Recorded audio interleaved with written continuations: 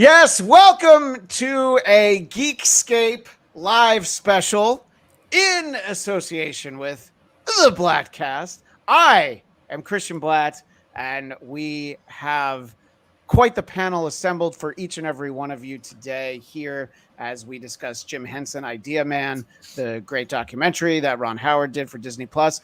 But also we talk about the Idea Man himself. As always, I'm Christian Bladt. Geekscape friends will recognize, of course, the capitalized THE Matt Kelly of Weird Algorithm and so many more things. And of course, from Marvel Movie Talk and Napping Through Happy Hour and so many other things, the great Katie Hampton, El Sassy Pants herself. Thank you for being here. Thanks for looking up the name of my podcast before. Well, I saw it. It's a background that I could have used, and I'm like, right, that's what it's called. And joining us to talk about the film and all things Muppets and Henson are the Barretta Boys. You know them, you love them. Gene Barretta, I've known for a number of years, and I've had a chance to meet Bill a couple of times. And Bill, I think a lot of people know who you are, but I think for the sake of our audience, it's worth pointing out that if you've loved anything from the Muppets in the 21st century, Bill is all over it, you know, and some stuff from before then. But it was one of the those. Muppets. I created the Muppets, but I give it to Jim really because he was older. It was it was like this kid needs a win. All right, Jim, you know what? You go ahead. Little hand up. I've got a green sock with an eye on it. You know what? Can you do something with it? Yeah, see if you can come up with something. Yeah. All the way through the recent show that I enjoyed was the Mayhem series. I watched with my sister, and I have in the past talked to Matt and Katie, and they are also both tremendous fans of the Muppets. And I do want to dive in and talk a little bit about the film, but I wanted each of us to kind of talk about a sort of a favorite moment. And right as we were getting started, I was remembering one of my favorite jokes from the old Muppet Show is the cold open right before the song starts. And it was Gonzo fiddles while George burns. That and the fork in the road in the Muppet movie. Literally the funniest things in my childhood were those two moments right And I there. said, I'm going to bet it was Jerry Jewell who came up with those. I could be wrong, but it just feels like him to me. See, I gotta ask if the Pepe line of "I like you like I like women like I like my coffee, a latte," because I quoted that forever. That's Kirk Thatcher, actually. Okay. Yes. Solid joke. Yeah. And Matt, do you have a shout out of a Muppet moment? I'm not saying pick your favorite. Yeah, I was gonna say. I mean, it's gonna get sad. But you know, I've said that most of my life. I've said Rainbow Connection's my favorite song of all time, and a big part of that is I had a grandfather who was a musician, played the banjo. That was his primary instrument. And I also had an uncle who was a puppeteer. So when we were little kids, at any family party, my grandfather would take out the banjo and my uncle would get his Kermit puppet and they would serenade us with Rainbow Connection. And unfortunately, when my grandfather died when I was in high school, I was feeling particularly sad about it, turned on the TV and Muppet Movie was just beginning with the Rainbow Connection playing like the day after he died. It's always just been a song of comfort since then. So with that, I mean, pretty much anything Paul Williams did for the Muppets, I would say is a fun memory, but the Rainbow Connection song just in general, it's amazing. Yeah. Well, I'm glad that we each had, something to mention, and I wanted to shout out in the chat, Chris Tuthill. I'll be using that latte joke at some point, and I know Chris well enough to know. And the great Farad Muhammad, if I had seen this right as we started, I would have put up the comment, "It's time to play the music." Farad and Gene, of course, crossed paths during the old Dennis Miller show, and Van Neuter's Love 30, formerly known American Autistic. Yes. What's up, Barretta Brothers? Long live Dr. Phil Van Neuter and dig it. Talk about Tales from the Vet Bill. So, And Dr. Phil Van Nutter is a hottie in my book. Yeah, So she loves go it. ahead. No, I'm just saying she loves Dr. Phil. It's like her favorite. We met her on our show, and she's just obsessed with Dr. Phil Van Nutter. Yeah. And take a moment to mention the Barretta brothers. I know that it seems like it's more of like special events, but I know you've done sort of live events with it. Gene, let people know what that is and where they can find it, and we'll let you promote it at least one more time. But since it came up, let's talk about it now. Well, it started during the pandemic. We just thought, why don't we do something, because both of our work had slowed down, and so we created the Barretta Brothers, which is basically everything Muppets, and we have lots of, pretty much all of the Muppet people that have been involved over the years, plus some great celebrities. And we still have some more to go. We have a lot of workshop people. There's so many people, it's hard to do them all. But sorry, Gene. Yeah. But we did about 60 shows, and we went on a little hiatus when we had to start doing our day jobs. Yeah. Isn't that the worst when real work gets in the way of doing podcasts as a hobby? So now, as you said, we'll do it when something special comes up that we need to talk about, or we just have the time to do something. It's that status right now. Because you can find it at theBarrettaBrothers.com.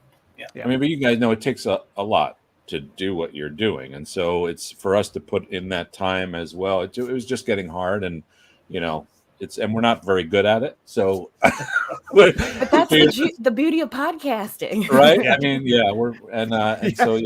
we kind of had to do other things, and but we love doing it. It's so much fun. It's such a great time when we get to do it. Were there any recent guests that you were super excited to have on and talk to again that you haven't talked to in years? No. Yeah. Oh, okay. No, I'm kidding. Every week when Bill checks to see who's on, he goes, "Ugh, them again." Yeah. I can show you something fun. We had Danny Trejo on once, and I thought I would make something as a joke. And you've all seen Breaking Bad, right? Of course. Sure. Yeah. Okay. So at one point he's talking about his taco business, and I said, Danny, I was thinking about how entrepreneurial you're getting, and I thought maybe you and I could go in on this idea I have, which will really bring more children to your fandom. And I made a little mock-up of it. It's called the Tray Tool. Oh my gosh, yes. Oh my gosh, with the head on top. No, Tortuga, no, it's going to blow.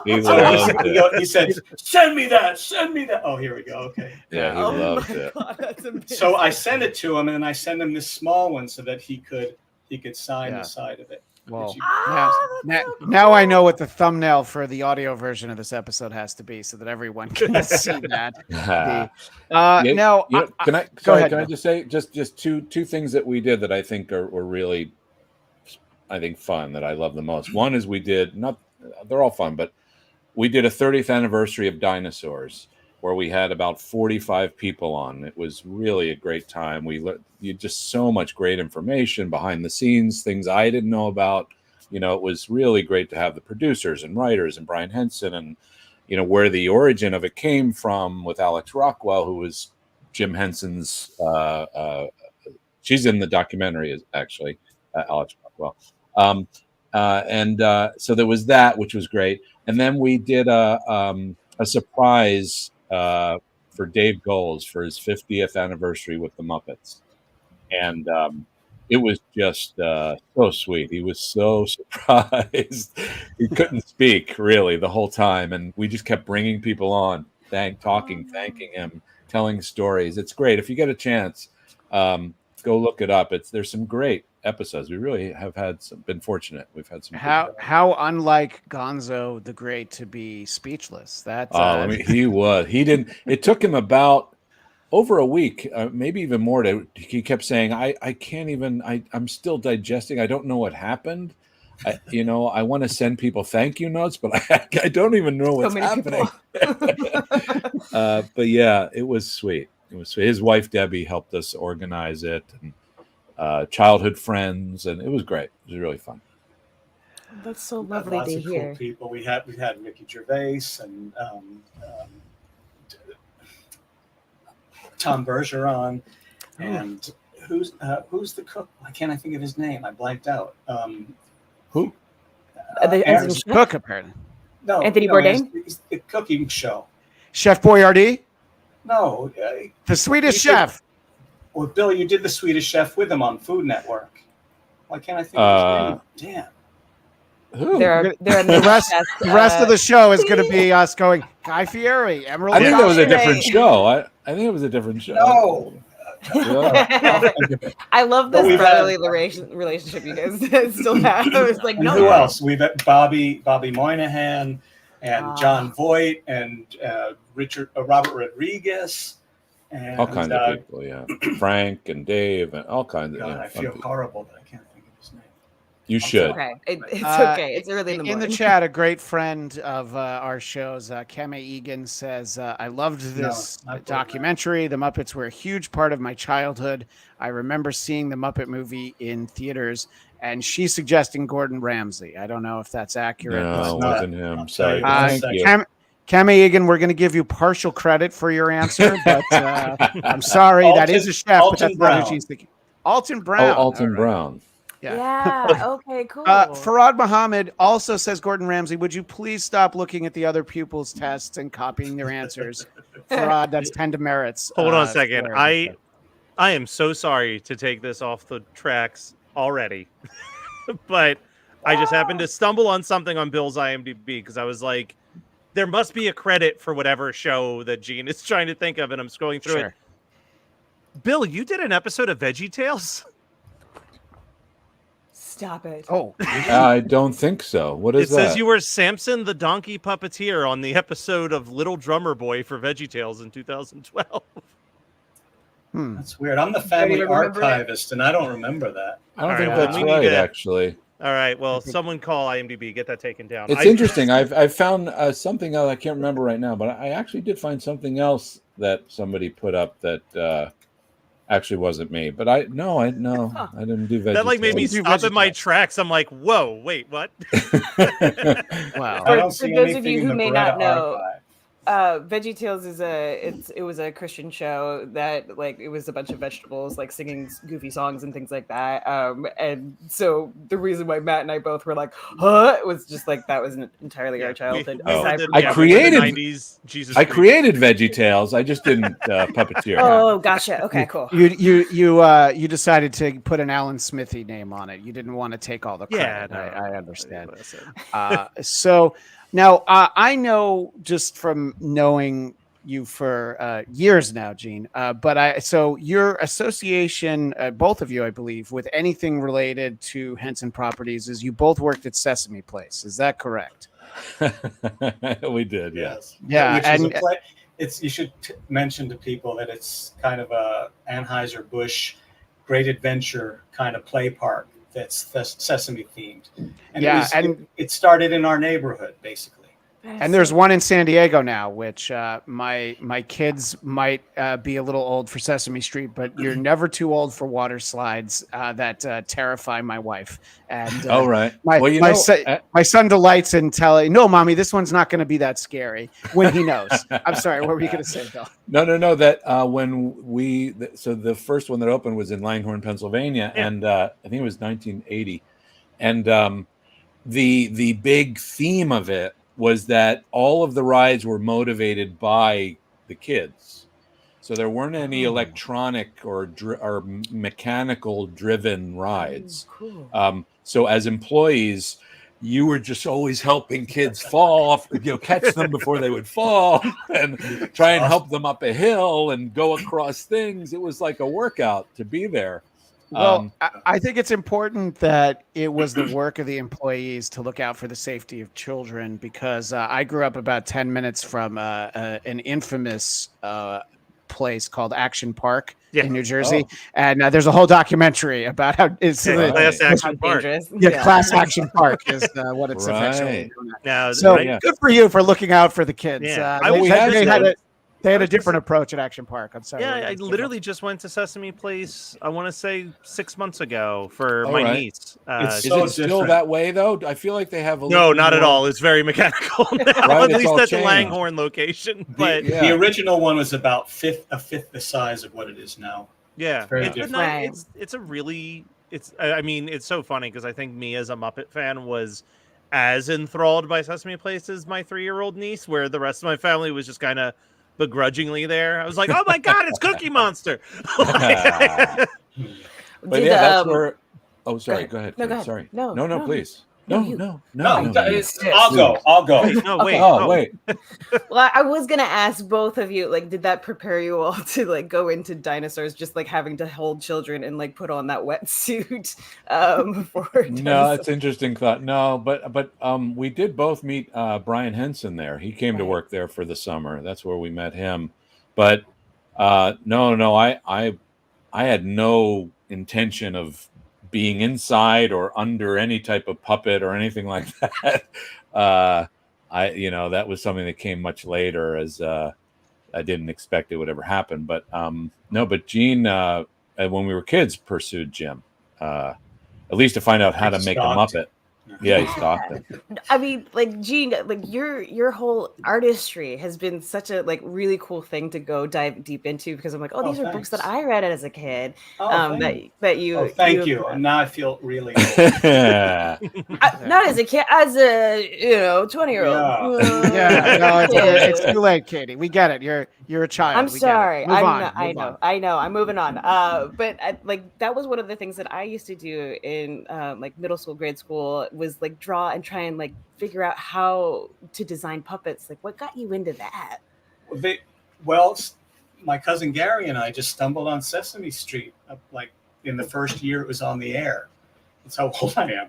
And we just started going to the foam and fabric store and trying to build our own versions of the Muppets. But that's so funny. Like there just happens to be a foam and fabric store. Yeah, I was just about to say, but I wanted to give space. But it's true. Like there happened to be this foam and fabric store near where we lived in a shopping center that had googly eyes there. They had all kinds of stuff to make things, and Gene and Gary explored it. So we, so then there was a substitute teacher in one of my middle school classrooms who knew people at Sesame Street. And I was starry-eyed and just asking him, how can I send them a letter, or, send Jim Henson a fan letter and all of that. And so he gave me the address I needed, and I sent Jim a letter. And this was 1974. So he wasn't so world renowned as he became after the Muppet Show premiered. And he sent me back this letter right here. Here it's up on the screen. Right. Okay. So he sent me back this letter and with instructions on how to make puppets, which I never expected. So that was truly how to make inspiring. a Muppet. That is crazy. So incredible. Yeah. But so as a kid, as a kid, Gene was drawing all the time. I think his first drawing was a purple elephant that he drew from his crib on his wall. On the wall with a purple crayon.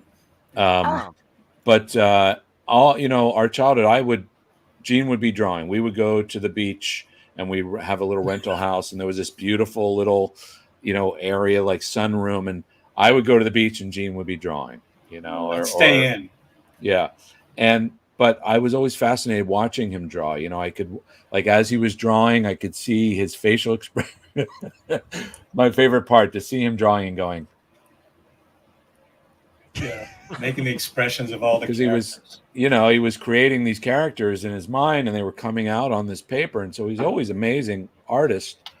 And to think that, he's now become this award-winning children's author illustrator is amazing. It's really. But I still never expected that we would have any association with the Muppets the way we had, because I never met. I was thinking I'm going to be a film director or a cartoonist or something, but it wasn't until, I guess, meeting Brian and becoming friends with him through Sesame Street is what drew us closer to having any association with them.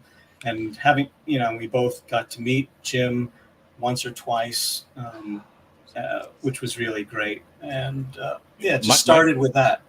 Yeah, my first, the first time I met Jim, I was working. I was at Sesame Place working, and I was in. I think it's called the Food Factory or something like that. Yeah. Was it? So I was in there, and they happened to just add these new animatronic characters. So they had Oscar in a trash can that would work on its own, right? And then he would come up and he'd talk to the people watching, and then do a song or something and go away. And so my job, or anyone's job if you worked in operations, was to stand there and make sure kids didn't grab him and people didn't mess with it. And so sorry, make a long story short, the Food Factory had these big windows, and so this character was kind of near the window, and I could see the front of the park, the entrance. And I'm sitting there waiting, bored, and I look, and I see Jim Henson coming through the front gate. And I was like, is that really him? That's not, And I thought, later I thought he didn't even come through some VIP entrance. He just came through the way everybody else did. And I left my post. I ran away from my post, and I ran up to him and I said, Mr. Henson, welcome to Sesame Place. And he said, hey, do you happen to know where the Oscar in the trash can might be?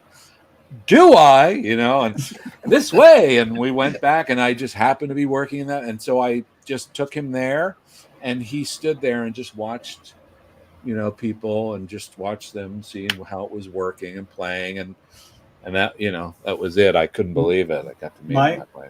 My favorite time is when we were driving up to New York. Brian was back and forth to Europe a lot in the 80s. And when he would get back, sometimes we'd go visit him. So we went up to New York to spend some time with him. And we parked the car, and we just, it took us until parking the car to say, wait a minute, we're going to the Sherry Netherlands Hotel. Is this Jim's place? Yeah, and it was Jim's place. And so we went upstairs. I have some vivid memories. And the first is when we knocked on the door. This is how talented a puppeteer Brian is. They had the peephole, in the door was kind of shaped like a kind of a telescope. And he made the thing move like it was alive, checking us out. It was amazing. I remember that. Like Bubba's Palace, like that thing. Yeah. Oh, that's so cool. So we went in, and there was Jim and like 5 or 6 other guests and stuff. And what I remember best about it was he was standing by the big window. Over Central Park, and he couldn't make out what one of the marquees was. And so he called me over, and we tried to figure that out together. And I had those little moments with him, but that was cool. And then technically, Bill, we are in Idea Man because unfortunately we're in the footage of the funeral at the end, which was an honor to attend. But the memorial, Yeah, I mean, how was it revisiting that during that documentary and seeing that footage? It was it was a combination of emotions because he wanted it to be a celebration, so it was filled with happiness as well as sadness. So there's both of those emotions come out when you see it. Yeah. Hello, my name is Jim Henson, and I'm a puppeteer. Oh, so good. They had these great. Everybody. Sorry if you hear knocking. They're doing construction here. Everybody was given a butterfly on a rod, and Billy and I were sitting in the first row behind the stage, and we could see thousands. This was in St. John's Cathedral, thousands of butterflies, which was a pretty magical sight. And then afterward, I used my butterfly as an icebreaker to go over and talk to Daryl Hannah because she didn't have one, and I gave her my butterfly. She was trying to get a date at Jim's memorial. Yeah, right. But then she had to settle for Neil Young because you're the one that got away, Gene. Yeah, I have a guitar. Right, exactly. Sorry. Well, I was going to say, speaking of the sadness of the funeral, I think one of the things that's always been interesting to me as a Henson fan is I was 5 when Jim passed away. So one of my first recollections of anything Muppets was actually watching the Muppet Celebrate Jim Henson special live on television. And it was hot off the heels of my dad's father dying when I was, 4, and I had it really kind of helped me process death. But like that was the beginning of it for me, of being a Muppets fan, was in that sadness of like just knowing like there was this incredible person that was so creative and from everything I've heard, so kind and so giving and so like everything a human's supposed to be. And I don't think that it's an accident that like the Idea Man documentary is coming out hot off the heels of like a Won't You Be My Neighbor and around the same time as The Butterfly in the Sky, where you do have this trifecta of Fred Rogers, Jim Henson, and LeVar Burton that just seem like, you know, the Mount Rushmore of children's education, of all three of them just knowing that you don't have to talk down to a kid to make a kid understand something. And that's what I think I loved about Jim and loved about the Muppets and loved about the idea of not having a funeral, but having a celebration, is this idea of like, don't sugarcoat it. Just like, yeah, I'm gone, but look at all the great stuff that we did and look at the great stuff we're going to continue to do. And like, the Muppets are more than just this one person. And I mean, it's up for debate for some people. I think we'll argue that was, as far as their Muppets are concerned, it ended with Jim. I'm certainly not one of that, and I think a lot of people aren't. But, I mean, I get it. You can tell how much of a heart and soul he was, especially when you watch, like, the Muppet movie and Muppets Take Manhattan. Those are as much of an autobiography about Jim Henson as they are about the Muppets. It's fascinating. I've said a number of times that I've visited the set a lot, and I've even kind of worked on them, but everybody...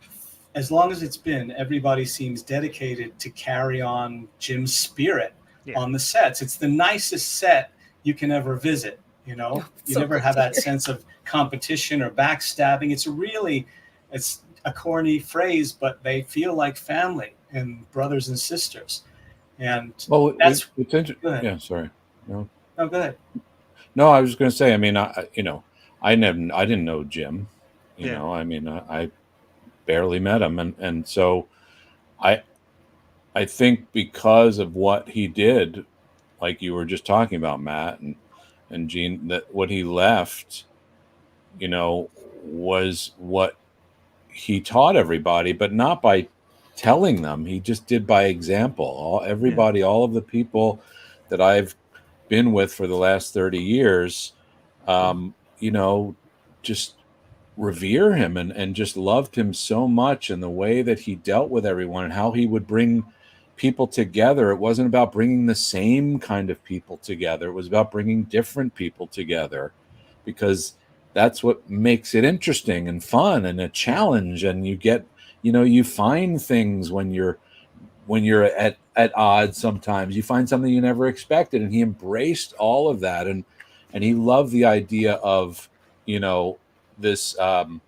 if you want to call it not extended family, it's like a family of friends, right?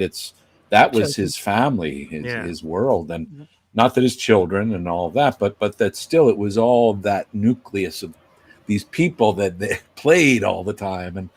And so I got to learn about Jim and understand his characters through the people that I work next to, you know, like Dave Goelz. And this is a little thing, but as an example, you know, when I first started doing Dr. Teeth, he came over and said, you know, Jim used to I used to watch Jim perform Dr. Teeth, and he grit his teeth when he did them, you know, and or Ralph, when you know, the energy of Ralph was kind of this. And so I learned through the people around him that loved him, who he was and how to be a part of this, you know, group. Yeah.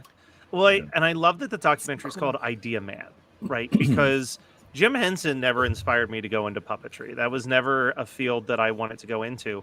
But what I think Jim Henson has taught me over my almost 40 years of life now is how to be a creator, how to be a supportive creator in any space.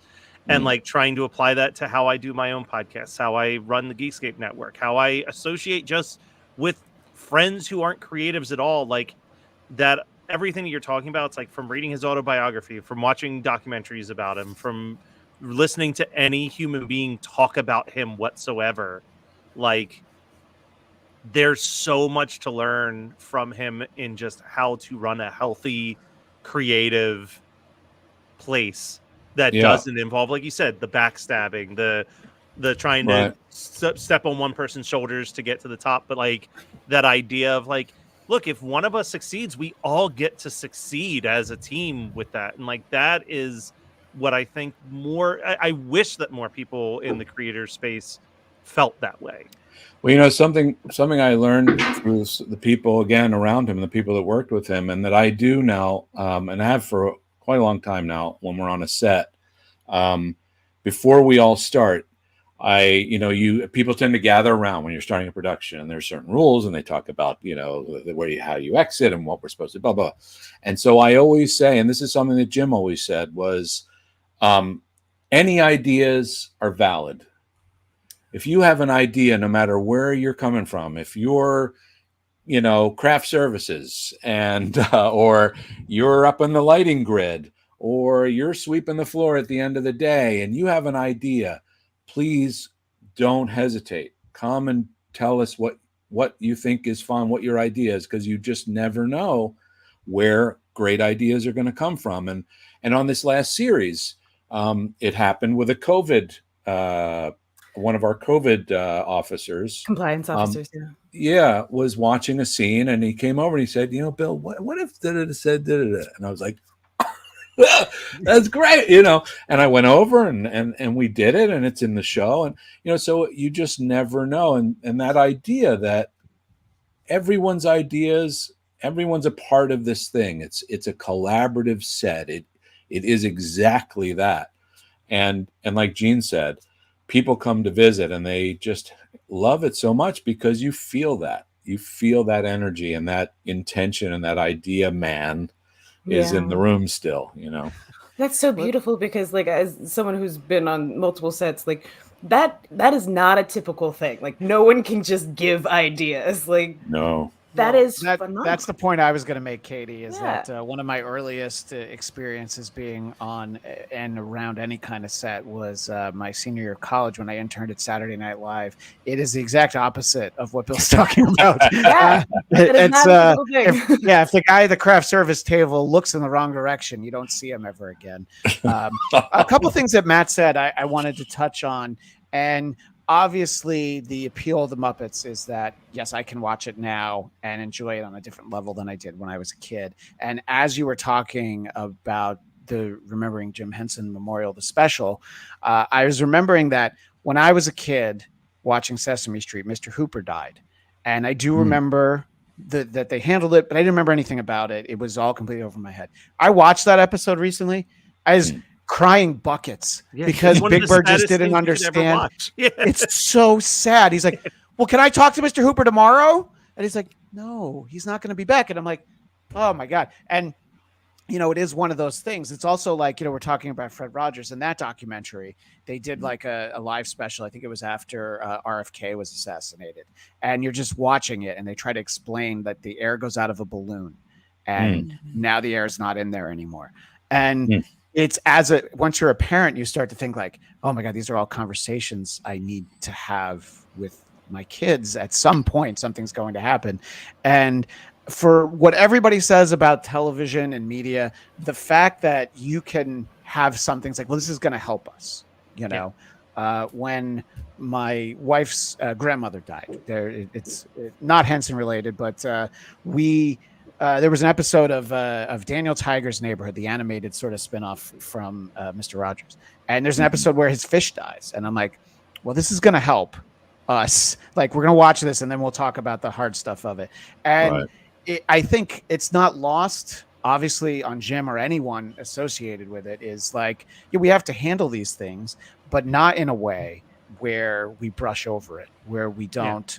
where we treat it seriously, but at the same time, when it's not those moments, it's like, let's have fun for the grown-ups, but not at the expense of like, oh, I'm uncomfortable watching this with my kids. It's a fine line, it's like, you can have a slightly off color joke, but if it goes a little too far, you're like, ooh, I don't want to explain that. You know what I'm saying? Right. So. Yeah. And, obviously Jim embraced the idea that I guess he was leaving. And so he was planning his own memorial. You know, that's certainly a way of going out. You know, is you kind of figure out what you would love to see and tell your friends. And you know, I think it's in Idea Man. Doesn't I think Brian reads the letter that he left for them. Yeah, it's just I remember that so well. Just to the way he wrote it, and you know, the end of it, which was you know, what do I care? I'm not there. You can't argue with me. I'm not. Yeah, you know, just before we beautiful. Go ahead. Mention before we get off, Mr. Rogers was just the same power to me as Jim too, and I spent a day with him on the set when they were shooting Land of Make Believe, and he's exactly the person he is on television. And that you feel that in the studio as well. Everybody, it's in the air, just that the love and tenderness and the serious nature of the work they're doing. And he's mischievous too. He brought me over. He goes, you know, Joe, no, forget the name of the music director, because they played the song music live, you know. He said, watch, you want to see him get angry? And he brought me over to the piano and started playing a song, and you hear the guy from across the city, get off the pianos! But same spirit. I just wanted to mention that. Well, and I think that there's something to say. I know we're talking about just as much of of Fred Rogers as Jim Henson, but I really do think that they are so comparable in so many ways. Both of them being people who, like, kind of didn't seem to care who you were. As long as you were a good person with a talent, they were gonna like work with you. Like, could you imagine any other person taking a 18-year-old puppeteer like Frank Oz and like taking the time to harness a talent like that? Most any other job would be like, no thanks, come back when you're 22, kid, or whatever. Like, I get I mean, I totally get what you're saying, but I mean, you do have to just realize that Frank was this like crazy talented 17-year-old puppeteer that people were enamored with, and Jim was looking for people to lift, and to take this thing in the right direction. He was building that team, I guess. And so, but I totally get what you're saying. Yes, well, that's the thing. And even not like just looking for good people, he just picked people that had an amazing talent or that were different, or, like I was saying earlier, even if you didn't get along with everybody, there was something valuable about what you're bringing to the table. Even though maybe nobody agrees with you, he embraced that idea. I think that's amazing. Did you also get that sense from Brian when like he was bringing you guys on into these projects? Like, did you feel like some kind of freedom of silliness, or was it kind of like, oh God? Oh, no. Because Brian was 25 years old when he became the CEO, and so he knew all these people that his dad loved, and he'd been around them all of his life. So Brian understood, what it was like, or the environment was like. And so he just encouraged and continued to do what I think everybody wanted to do. It wasn't like he became the guy. He, just remember, moved forward. Before we started doing any work with any Henson project, Brian had already directed Muppet Treasure Island and Muppet Christmas Carol, and he was huge into the productions way before. Well, no, Treasure Island came after, but you're right. Yeah, Christmas Carol was his first thing, and then Dinosaurs. Right. Yeah. I just want to circle back to Frank Oz for a moment, because it's great in the documentary. He's such a. Can I say? Can you curse on this? Sure. Yes, you can. He's an asshole. I just want to say. Well, I think Marlon Brando would agree with you, but I don't know. Wait. Let's ask him. Go ahead. So, but I enjoy Frank watching. Was an asshole. I enjoy watching anytime you can see him and Jim working together, especially when they're doing Ernie and Bert. It's in the documentary. It was probably my favorite thing at the exhibit at the Museum of the Moving Image in Queens when my wife and I went to that, is just getting to see that. And I don't know what the loop was at the museum, and I'm like, well, we're going to stand here and watch this until it loops back. Just, I love the behind the scenes stuff. Gene knows this. One of my favorite Henson related projects is Emmett Otter's Jug Band Christmas, because it was on HBO every single day in the month of December as a kid, and I probably watched it every single day in the month of December. The best Paul Williams song ever written, I think. When the river meets the sea. The music in that is phenomenal, and I do watch that every year with my kids. Within the last decade or so, I saw outtakes from it, which was amazing. Because the demo reels of them doing Muppet Movie, even where they're just wandering the countryside with a Kermit and Fozzie puppet, just trying to make each other laugh, but to show like a proof of concept is like. Find on YouTube. It's the most delightful 5 to 6 minutes talking you can to imagine. Cows. Yes, talking to cows. Yeah. Let's bring some friends. Let's bring some friends from the chat in. Lisa says hello, everyone. Hey, Great to see the Barretta Bros and friends. Hi. Chris has watched the documentary. Kamei Egan has always want to stay in the Happiness Hotel, and I say this every time we get one of these. I really should be time stamping these and cutting together these comments. Hack Ride. Hey, is this a support group for people who still don't understand MTV's Eon Flux cartoon? No? Okay, I'll see myself out. So every time he's always got something else in there. Farad pointed out Johnny Costa was Fred Rogers' director. Yes, thank you. Thank you to the great Farad Muhammad right there. Thank you. Can I just mention, the kind of behind the scenes things that you see where people are playing around, right? And that fun stuff. Fake. Yeah, they're following a script. It's out of context, right? People would think, okay, those are the moments where they're just farting around and then it's back to work. But what I learned doing it with these guys and gals was that's our rehearsal time, right? In a sense, in between takes is where we're still finding things. Right. So it's not like you rehearse and then you go in and you shoot it and then you move on to the next thing. Because of the nature of this ridiculous thing that we do, where we're multitasking, we're doing this, but we're looking at a screen, we're getting out of each other's way. Somebody's helping. We need this to do that. It's so stupid that in between takes, you're still finding moments of how to play the scene. And so that's where some of the comedy ends up coming from, right? We're farting around and somebody says something, you go, that's actually better if we try, So those moments that you see with Jim and Frank, that was part of their process of creating the dynamic and the relationship and the fun of these scenes, which is, I think really fun to learn that it wasn't like, as you see it on somebody shows, here's kind of an outtake. But that was actually every day, the process. I'm so jealous. I love that. That's fantastic. Go ahead, Matt. Well, I'll make a quick point related to that, because obviously finding it, sort of behind the scenes, when things don't go as planned, sometimes that's where we get the best stuff. And it's in the documentary, and it's still one of my favorite things. My kids were very little when I would show them this, which is from Sesame Street. For our audio audience, it's not the close-up on me. No one wanted that. It's from Sesame Street. It's Kermit with the little girl counting, and instead of saying numbers, she'll say Cookie Monster and all that. And Kermit, indignant, walks off. And then she says, "I love you," and he comes back. And if you had tried to script that, first of all, I don't know how strong a line reading that girl would have given, but there's no way you could create a moment like that, and that's the beauty of it, And we also, one of my favorites is the kid who's counting to 20 is going 18. Yeah. But the what was I going to say?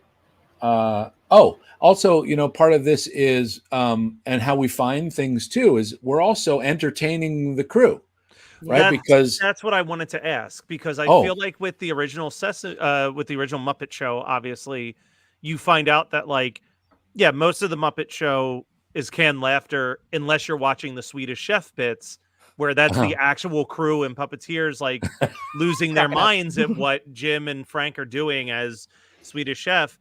And Muppets Tonight is the closest thing I've ever think we've come to a true follow-up to the Muppet Show, in that sense of no, we're still doing a variety show. Yeah. How much of when you were doing Muppets Tonight was there that, like, for lack of a better term, like yes and improvised, since not like anytime. in the real timing, but yeah, while coming up with the ideas. Like always, there's always open improvisation. I mean, you definitely have a script, and there are great writers, and there are great jokes, but I look at a scene from starting at point A, and you're trying to get to point B, right? But then there are these A.1, A.2, A.3, and you're finding these moments to get from here to here, and so you don't know what could happen in that area, and so we're always playing it, and the crew is a great barometer of how we're doing. The cameraman is trying not to laugh at take after take, then you're onto something, or people just watching. So yeah, we do it a lot for the crew, and then like in between takes, it's we're always messing with the crew and the cameraman, and they're always in it. It's not like we're so fortunate because people love being there, and they work so hard. The workshop people, the crew, the director, everybody, they're all focused, they're all in it, and they love it. And so if I decide to walk over here because I'm just farting around in between takes, they follow you. They want to see what you're going to do. They want to have the fun with you. And it's fun. It's amazing. I feel like it's a bummer that Muppets Tonight was so short-lived. You know what I mean? Like 22 episodes. And I think that now in the age of TikTok, so many clips from Muppets Tonight are being like revived. I think once a week someone sends me Kermit singing Talking Heads, which is from the Muppets Tonight show. There are these moments of brilliance that just didn't get a chance to flesh out the way it should have. And we had amazing. Yeah, I mean, we had Prince and Tony Bennett and Martin Short and Michelle Pfeiffer. Tonight, Garth Brooks. Muppets Tonight made me a Garth Brooks fan. His episode, Garth Brooks was great, and Garth Brooks seemed. This is the thing I love to talk about when you watch any of those types of shows, is like, and I guess this is kind of a question. People all like the Muppets, obviously. Like, I think it's like just this internationally loved thing. But it's when you have like a John Denver or a Paul Williams where they get it. They are all in with every element of silliness. Is there someone from the time that you've been working with the Muppets that you think is not credited enough with understanding the Muppets on that John Denver, Paul Williams level that you were like, no, they came, they were ready to play. They were like, they got every element of it. Yeah. I mean, I think because I was still learning all of this by the time we started Muppets Tonight, right? I had only done Muppets Treasure Island and an animal show thing, but I was learning. And I think my experience where I realized that the best guests were the ones who looked that actually just played it real. Yeah. They believed in these characters. They looked them in the eyes, and it was Michelle Pfeiffer. And she never looked at us really. I mean, she did, but it wasn't like it was about what was going on below. She was just right there. And I thought, wow, that's amazing. Not only is she just this stunning, amazing, talented person, but her just buying into the circumstances. She believed every minute of it, and it gave us so much to react to. She was phenomenal. Tell them how you got Tony Bennett connected. You were responsible for Tony Bennett? Well, connected. You know what I mean? Yeah. I know this guy who knows this guy. So our great-grandfather. Yeah, Bill introduced him to some friends of ours. Yeah, our great-grandfather, Joe Giordano. Yeah, Tony was looking for something, and they knew a guy that got it when it fell off a truck. Yeah. Well, what Gene's talking about is, can I show something? Yeah, I was going to mention that maybe it'll coincide. We were talking about Muppets Tonight. We're talking about behind the scenes. This is a great time, and we'll try and describe this for our audio audience. But I know, Bill, you'll do a great job going through. Let me just start. I'll start here since we have Tony Bennett here, right? So we sat down to do the read through, and it was great. He sat next to me because Johnny, I play this character, Johnny Fiamma, this bad Italian lounge singer wannabe, who idolizes Tony Bennett. And we sit down and we're reading and the script, and he sees me marking my lines with a highlighter. I'm highlighting my names. He goes, "Oh, what are you doing there?" You know, and I was like, "Oh, I'm just highlighting my thing." "Oh, that's nice." Oh. I said, "Do you want me to do yours?" "Oh, would you do that for me? That would be No. That would be beautiful. That would be beautiful." And so I highlighted his lines, you know, and then we went to rehearse the music, and that's what this shot is. We're rehearsing the music on the stage, which was crazy to be there and do that. And then the first thing we shot, there's a thing called Johnny's. I think it was like he had a talk show. It was like Johnny's David Letterman type of talk show, and Tony Bennett is a guest. And it's the first thing we shot, but he comes out and we're doing the scene, and it's, you know, it doesn't feel like he's looking at Johnny. You know, he tends to occasionally he's looking down at me, and he's kind of just not connected in the scene. And I'm thinking, what's happening? Why can't, if this doesn't feel right? And Brian came over, he said, you know what, maybe, I don't know, what do we do? And I said, let's just hold on a minute. So we didn't roll right away. And before we start rolling, I put Johnny back up in his thing, and Tony sitting in the kind of the guest chair on the talk show. And I had Johnny turn to him and I go, "Tony, you know what the problem with LA is?" And he goes, "What?" I said, "You know what the problem with LA is? You can't get good bread." And he goes, "Oh, well, you know, that's the water. It's because the water's different." I said, "Oh, yeah, is that right? What? There's water. You got to have better water." "Sure, back east you get great water, and that makes a difference. That's with pasta too." "Oh, yeah, what's your favorite part?" And he starts having this conversation with Johnny, and they're connected because he's talking about stuff, you know, everyday stuff he wants to talk about. And so finally, that's how we got him comfortable with, you know, being able to communicate with the puppets. And then what I found out later was, because he's an artist, he was fascinated with the shapes and the colors and the beauty of the characters. That's what he was drawn, you know, he was curious about these beings, you know, and he didn't think of them as characters. He just thought of them as pieces of art. And so, yeah, that's how I kind of got him into it. So while he was in his trailer, he drew this sketches of Johnny, which is the character that I did, Sal, which is Johnny's right-hand monkey, kind of handler, who's played by Brian Henson. And then Clifford was the host and was one of the, originally a band member of the Mayhem Band, but performed by Kevin Clash. And he came up to us and he said, "Hey, would you mind signing this for me?" I'm like, "What?" "Yeah, would you guys mind signing this? I'd really appreciate it." I was like, "Oh my God, are you kidding me? Sign it." You want us to sign it? So we all signed it. And then about, I don't know, 6 years later, I went to see him in concert. And I went backstage and we were talking, and he had his sketchbook. He's like, "Look, I was making this," and he showed me, and he goes, oh, and he's same sketchbook, and he brought this up. And I was like, "Oh my God, I can't believe you have that in here." He goes, "Yeah, would you want it?" I was like, "Do I want it?" Yes.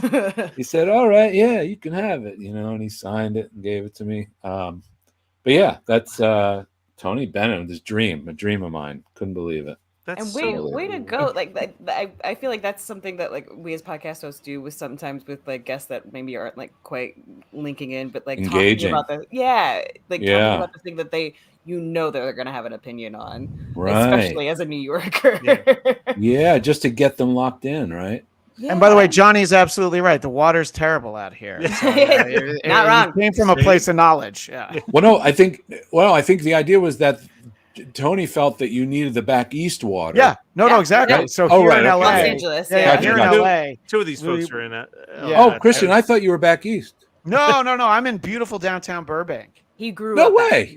Yeah. I'm in the Philly suburbs. Yeah. Oh, you're in the Philly suburbs? Katie, where are you? There. I'm in Los Angeles. Yeah. Yeah. Delaware so here, County specifically. We'll rearrange the LA people and the Pennsylvania people. Yeah. Well, there you go. Okay, well that gives us an excuse to get together. Oh, yeah, I'm in absolutely. Aston. We're gonna go try and find a place We that should catch up, so we'll that get has food. good water, Bill. Okay. We'll get a hoagie and some Wawa later. You guys. so Okay, Yeah. so here's the thing.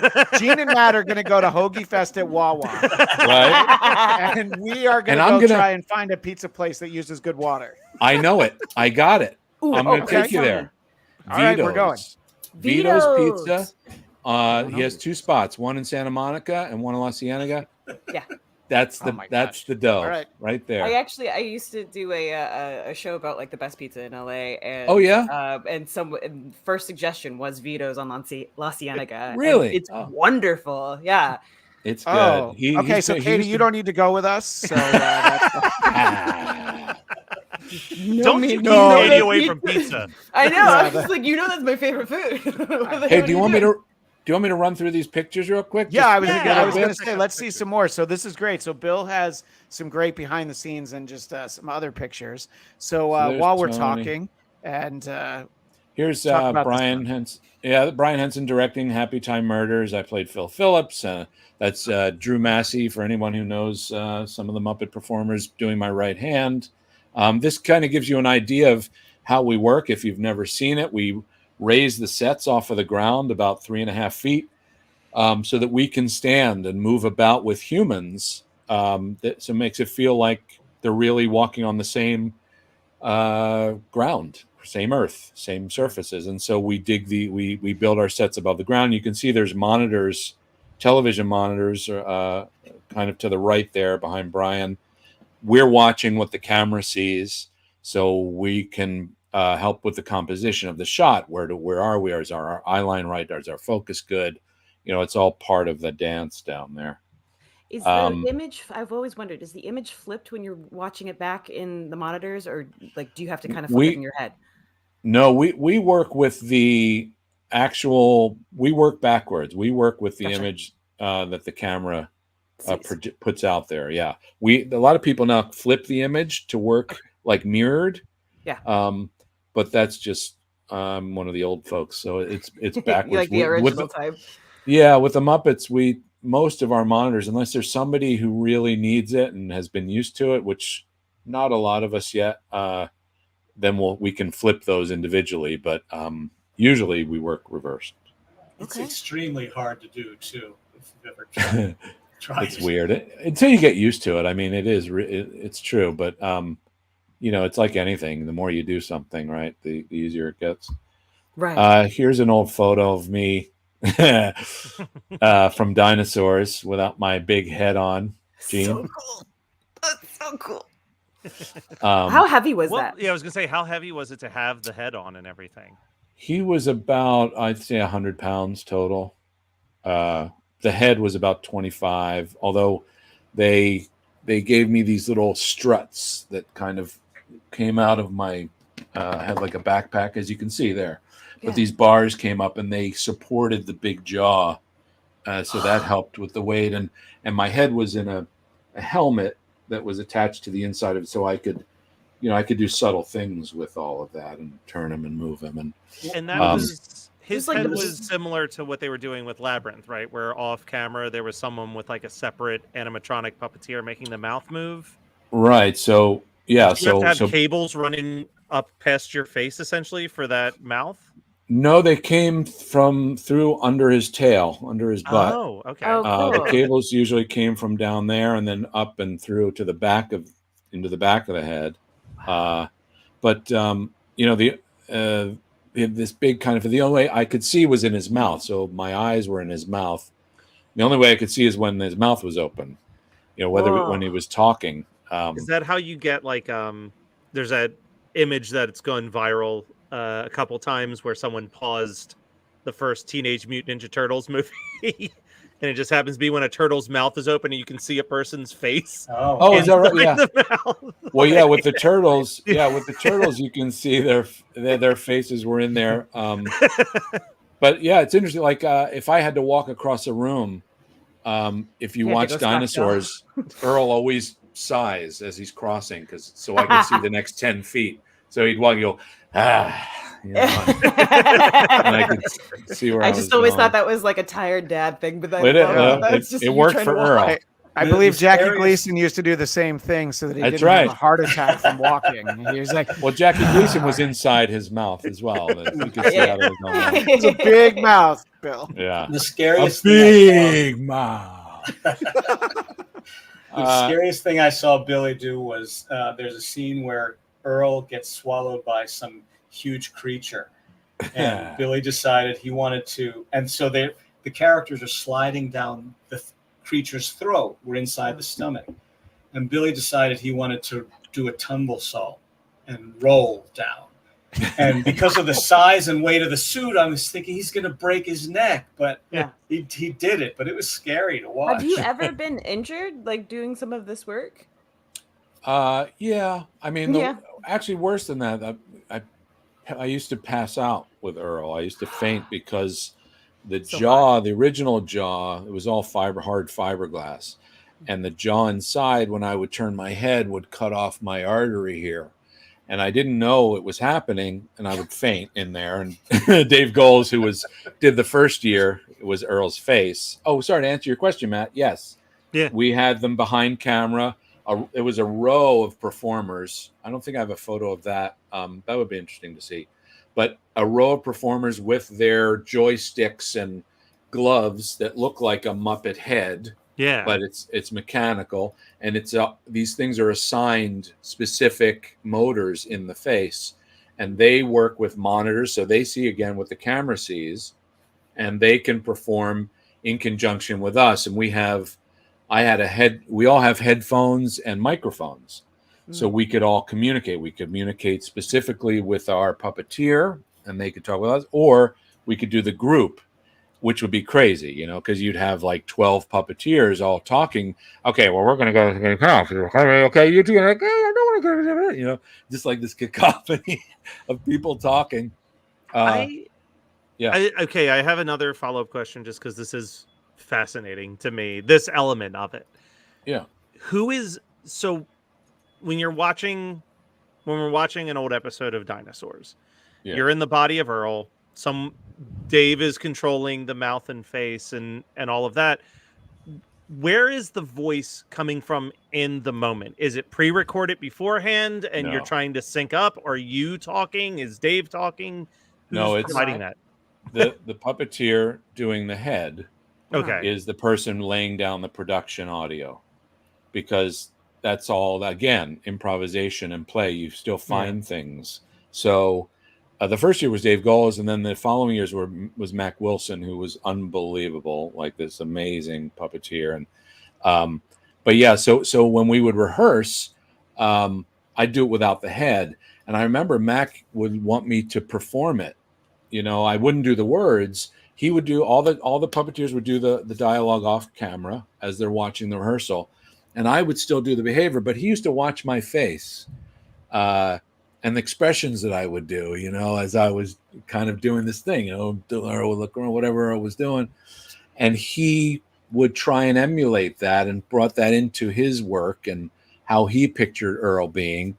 And so I would take, you know, we would do a take and they'd open the mouth and I'd watch the monitor and someone would turn it around so I could see it. I was like, wait, how do you do that? You know, how is this happening? He was phenomenal. And, and Mac is from England. So Mac had a kind of interesting New York accent. Oh, cat. Is that a cat attack, Gene? I didn't know what that was at first. It sounded like a bat was loose in the house. The construction workers finally broke through. Yes, what caused that sound? So Mac would do his version of Earl, which was, you know, great, but they hired celebrity voices to then come after it was all edited together with the episode. Then they would go in and they would record, you know, do the looping for the characters, except for Kevin Clash. Kevin Clash was the baby. And so his production track, they probably didn't use all of it because all kinds of weird noises and animatronic sounds happen while you're recording, you know. But yeah, Kevin was the only one who did the actual character himself. But like, oh, I'm sorry. One last thing. like Fran, Earl's wife, and Charlene were both puppeteered by guys. So that in my head, that's who those voices were. Like when I would hear Jessica Walter and Sally Struthers doing it, I was like, oh, okay, that's great. But in my head, when I think about them, it's Alan Troutman doing Fran, and it's Bruce Lanoil doing Charlene, and Mac doing Earl. It's and not only did people pass out in these uniforms, occasionally there was some puking into the necks of these uniforms. Oh yeah. Oh yeah. Oh, there they are. Yeah, Lee. To show the whole family. This was sort of the beginning of the animatronic integration with the Muppet, right? Well, they used IMAX and things like that, before this. Not full out kind of heads. Maybe. No, I guess. I don't remember. Is Labyrinth before Dinosaurs? I was going to say Labyrinth was 85. Labyrinth is 86 in terms of its release. Yeah, I would say probably even as far back as maybe even Dark Crystal to a certain extent. No, Dark Crystal's mostly puppet.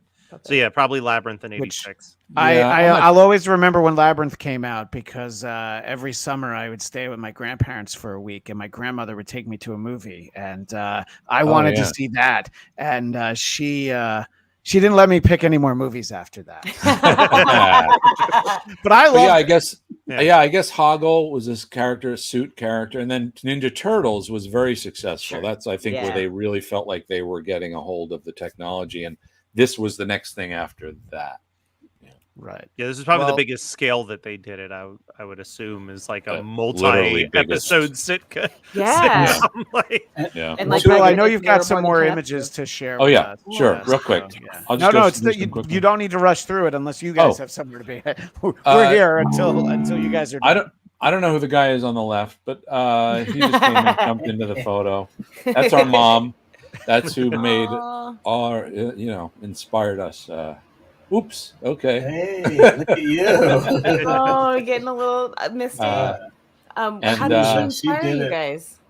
Speaking of injuries, look at Billy with the bandage on his forehead.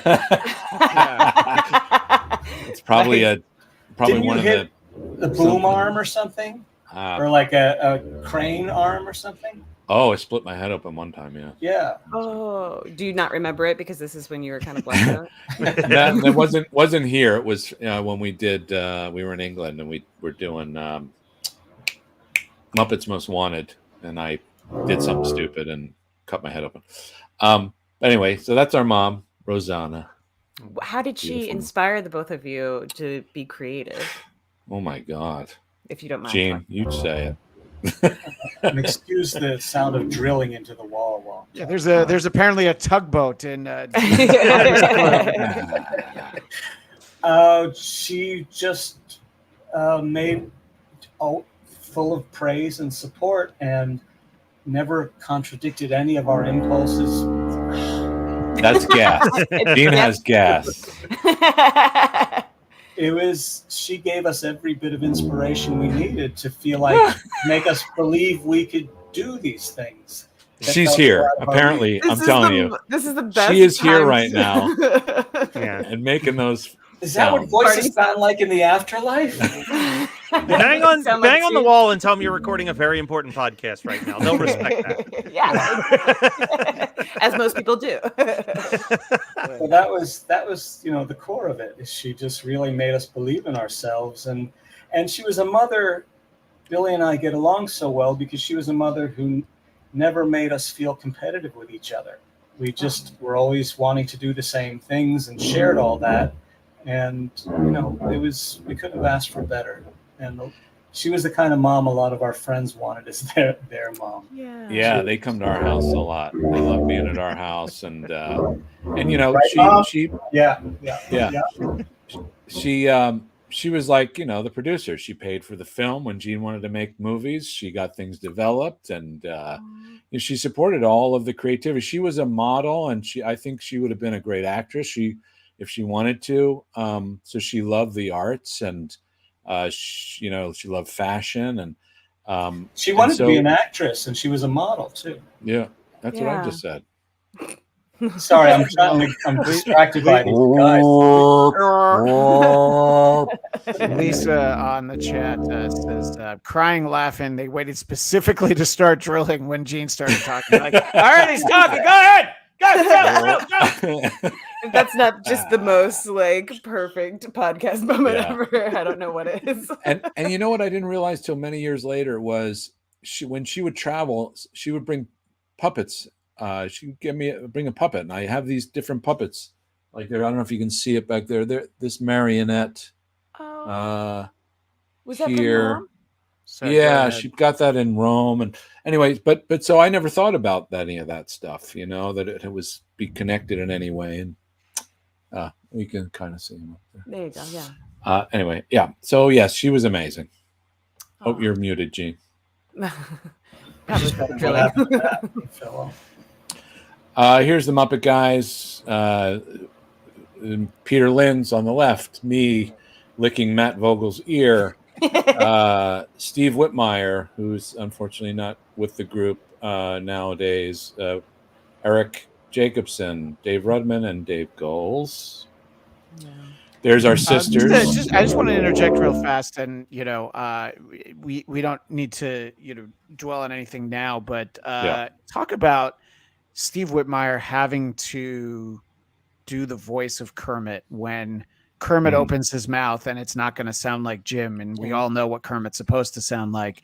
And I can only imagine sort of that, because I know obviously you also took over a number of characters, and I think that you're never going to make everybody like, oh, this is exactly how it sounded, but what goes into sort of that process? His being sort of the biggest, the biggest spotlight was on him really taking over Kermit, but how does that go? Because look, my kids watch Sesame Street, and Big Bird sounds very different. The current Big Bird is fine, but he doesn't sound like Carol Spinney like when I was a kid. Right. So do you just go like, okay, well, this is kind of my interpretation of, say, Rolf or Dr. Teeth, or how much do you try to stick to what it sounded like before?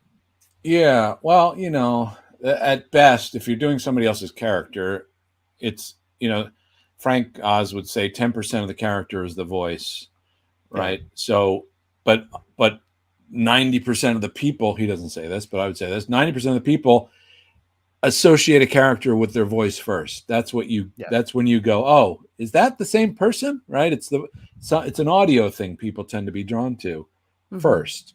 Proof of that too is that when people introduce you guys, they'll say Bill Barretta, voice of Dr. Teeth. They never say performer of Dr. Teeth, because you're doing everything else, the body, the mouth, and all of that stuff. Right, which is we're not doing animation, right? We're doing these puppets, so it's not just the voice. But to your question, Christian, when Steve started doing Kermit, and I was new to the group, I had my Kermit in my head, which was a vocal sound, which was Jim, right? That's what I grew up with.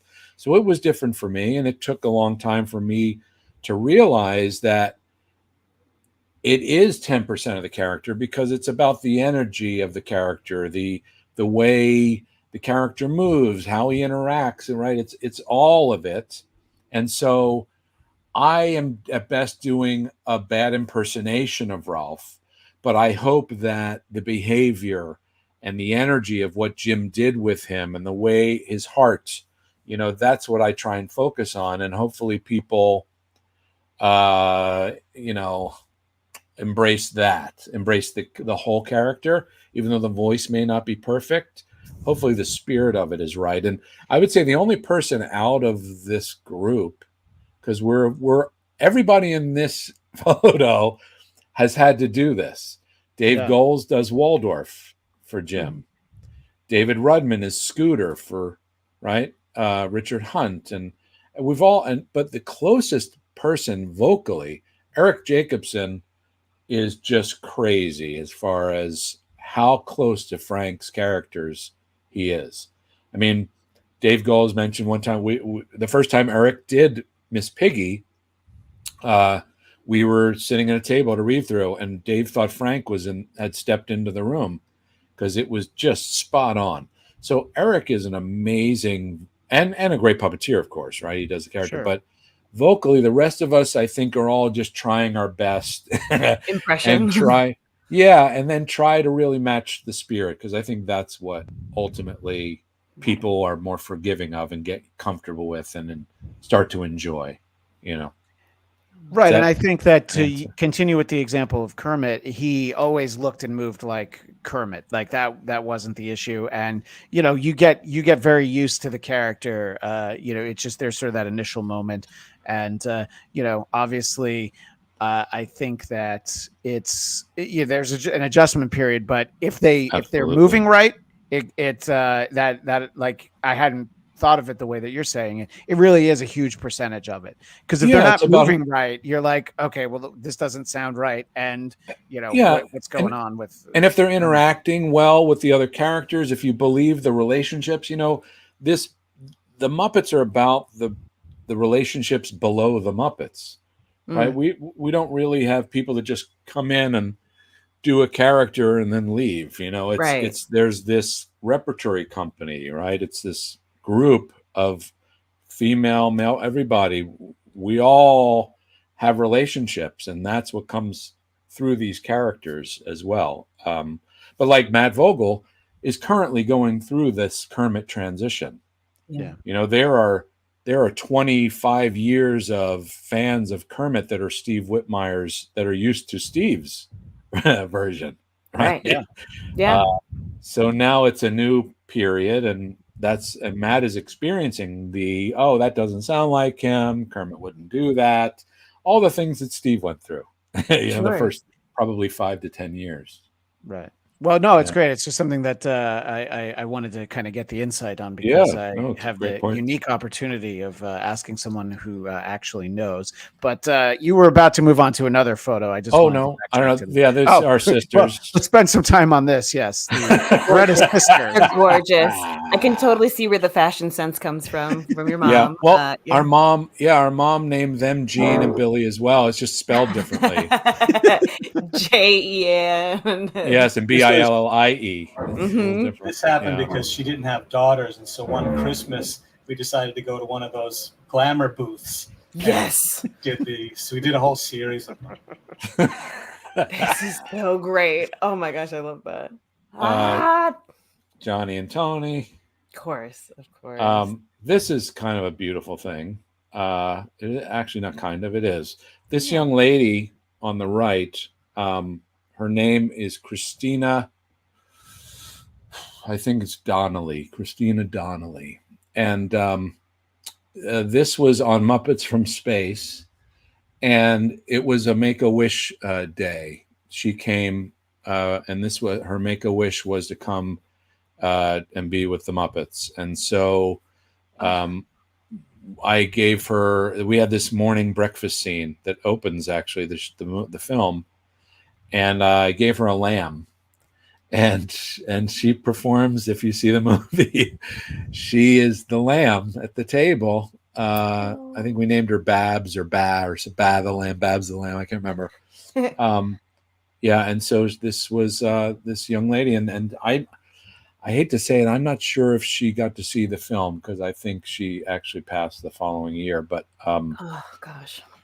amazing, and this is this is what it's about, right? I mean, this is why we do all this stuff. And look at the guys, like they're just working, everybody's doing their thing. Everybody's loving the idea that she's there. And Peter, that's Peter Lynch behind her. He's probably watching her and make sure she's good and looking after her, Well, and Bill, tell me if I've grabbed the right image. There it is from the movie. Yeah. There's the lamb right there. There she is. Yep. There she is. Oh, that's going to hold so much more meaning to me now when I rewatch it. Well, and Katie's noticing there's an empty chair there, and she's like, "Hey, could I sit there?"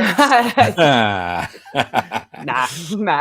No, it's one of those things that recently I have a baby cousin who's gone through a lot of like medical issues and posted something about how important it is for entertainers to be very entertaining, because it means so much to people going through medical issues.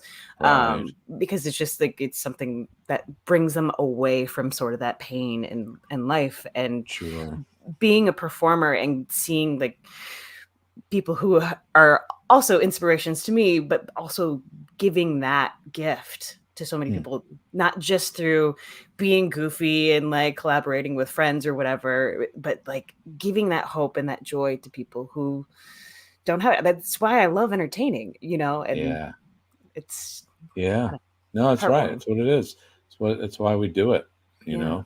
Hopefully it makes people feel good or inspires them in some way or makes them feel accepted or whatever that is, especially with the Muppets. I think people relate to them because they're also weird in different ways, and there's so many different types of characters. People relate to them in different ways, you know. This is kind of a fun thing. This is from our series in 2015. This is inside the Mayhem Band's band shell. There was the Miss Piggy had a talk show, and the Electric Mayhem Band was her band, house band. And this was inside, down below. I don't know if you can kind of see a monitor, but you know, the puppeteers would be standing below and they would hold the characters up above that kind of wood thing there. But we asked if, you know, the guests would sign, you know, so we have this thing of where all the guests sign. So you have Kristen Chenoweth and Joan Jett was here, RuPaul. I don't know if I can tell all of them. Tippi Hedren, Jack White, Joseph Gordon-Levitt. I think Mindy Kaling, maybe. Probably. Jack McBee. Nice. Yeah. So that was a fun thing to have. You know, they would call and then it was like, I hear there's a sign. Like they wanted to come sign it. Right.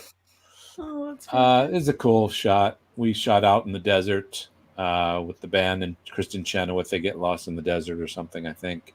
We can kind of see how everybody's down below. This isn't standing, obviously, because we're in the real world. I was gonna say, I was like, you probably didn't have to build too many like lifts because of Kristen Chenoweth being so small. Perfect size. Honestly, you know, when we cast, not that we don't want amazing people, but sometimes, like when we just did the last series, it's weird and doesn't make any sense and sounds ridiculous. But having a lead character that is 5'10" or more would not be helpful in a Muppet series. And so our lead, Lily Singh, is the perfect height for the Muppets. She's like, I think 5. Oh, she'll get mad at me if I get it wrong. But she's not super tall, right? Right. Perfect height. I didn't know that. And she actually, to me, she comes off as somebody tall.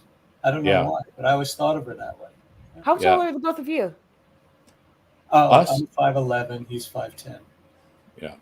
And actually, Gene being an inch taller, you notice how quick he was able to answer that question. He's like, I'm 5'11", and 5'11". Just say shorter. Yeah.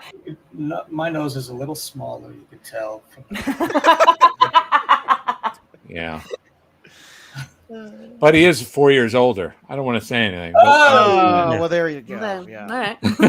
Bill, did you how many pounds lighter? Ooh, we're getting in the thick of it. Now it's getting real. All right. I'm calling you after the show. Bill, before the Muppets Mayhem TV series, there were a couple like infamous moments where the Electric Mayhem just like played music festivals. Were you also able to be a part of that like crazy cool experience? Oh my God, absolutely, yeah. I was part of putting it together. Oh no way! Your guys' version of "Home" by Edward Sharpe, I think, is better than the actual version of the song. Oh, wow. I actually get choked up watching that live performance. I think I'm sure Matt Vogel would thank you. I think that was his idea to do that song. Matt played Floyd now. But yeah, we and back then, Debbie McClellan, who was the head of the Muppet Studio, she was just the best and loved to try and get us to do things, you know, wherever. And we were like, hey, you know, these music festivals might be kind of cool. I don't know if we can do it because we can't do like an hour or anything like that. Not that people would want to watch us for an hour, but even, you know, a half hour could be hard because we got to keep our arms up in the air. And so I worked with the people at a company called Soapbox Films, who are a great producing company with the Muppets over the years.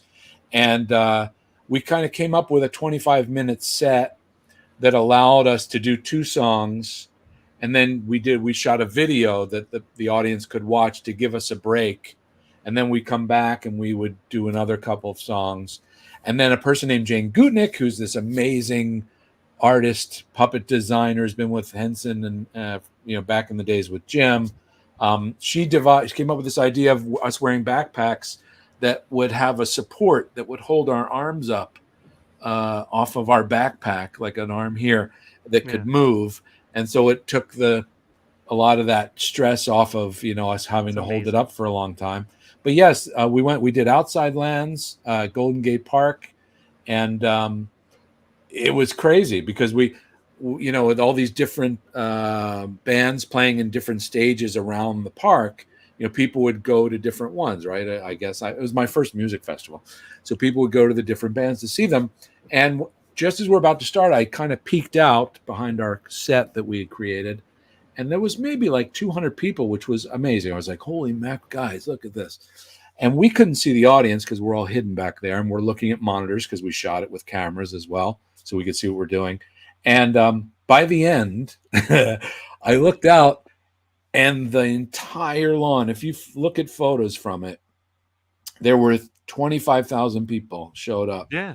To How watch do you not walk over to the stage where the Muppets are going to be performing? Like, it was crazy, and we just could not believe it. And later I thought, we had live mics, right? So, but everything's pre-recorded. The Muppets can't play music, right? We don't actually play anything. What? So, wait a minute, what? Thousands of hands couldn't get an instrument and keep that going too. So all these people came to see pre-recorded puppets performing for a half hour, except in between. We had little bits in between, and we would talk to each other and try to make it feel live. And all of that, Matt, like, producing this thing and making it feel live was a big part of the illusion, right? Is that, I designed that thing of how we were going to all be there. So, that we don't look completely tiny, that we could be full body as well, which was unusual. The guys in the front have full body legs and everything like that. But anyway, so, this idea of making it feel live, also the audio, our mics had to match the audio and the reverb of our songs. And so it was quite the undertaking. And I think it was crazy fun, crazy good. And that led us to Muppets at the Hollywood Bowl show. Yeah. I want to push back a little bit for a second because, obviously, yes, I don't believe that when I see Animal playing the drums that I'm hearing the live drums. But as someone who plays instruments and has watched many an actor fail at pretending to play an instrument, I feel like there has to be some element of the puppeteer, at least who's doing the hands, knowing what they're doing, because the Muppets are freakishly in sync with where the hands should be at certain points on fretboards and stuff. Oh no, that's it 100%. That's what we strive for. We strive to make it look like they're really playing. And I'll tell you, the guy that plays Animal's hands was a drummer and has the sheet music inside behind the drums. So, and he's playing. If those drums were, good, Michelin Sisti, who was also Michelangelo in Ninja Turtles and Charlene on Dinosaurs. And because I've thought that ever since, like I said, I love Rainbow Connection, but you watch Kermit's hand, and his hand is where the frets are at that moment in the song, which again, watch any like teen flick where a character becomes a musician and you will see not guitar playing at its finest. So like the Muppets to do it is really impressive. Yeah. And I think that all started back with, Jim and Frank and how specific they were and what they did. Maybe, the fun of the Swedish Chef is that they're not perfectly in sync, but Rolf playing the piano, that's a lot of Steve Whitmire also back then.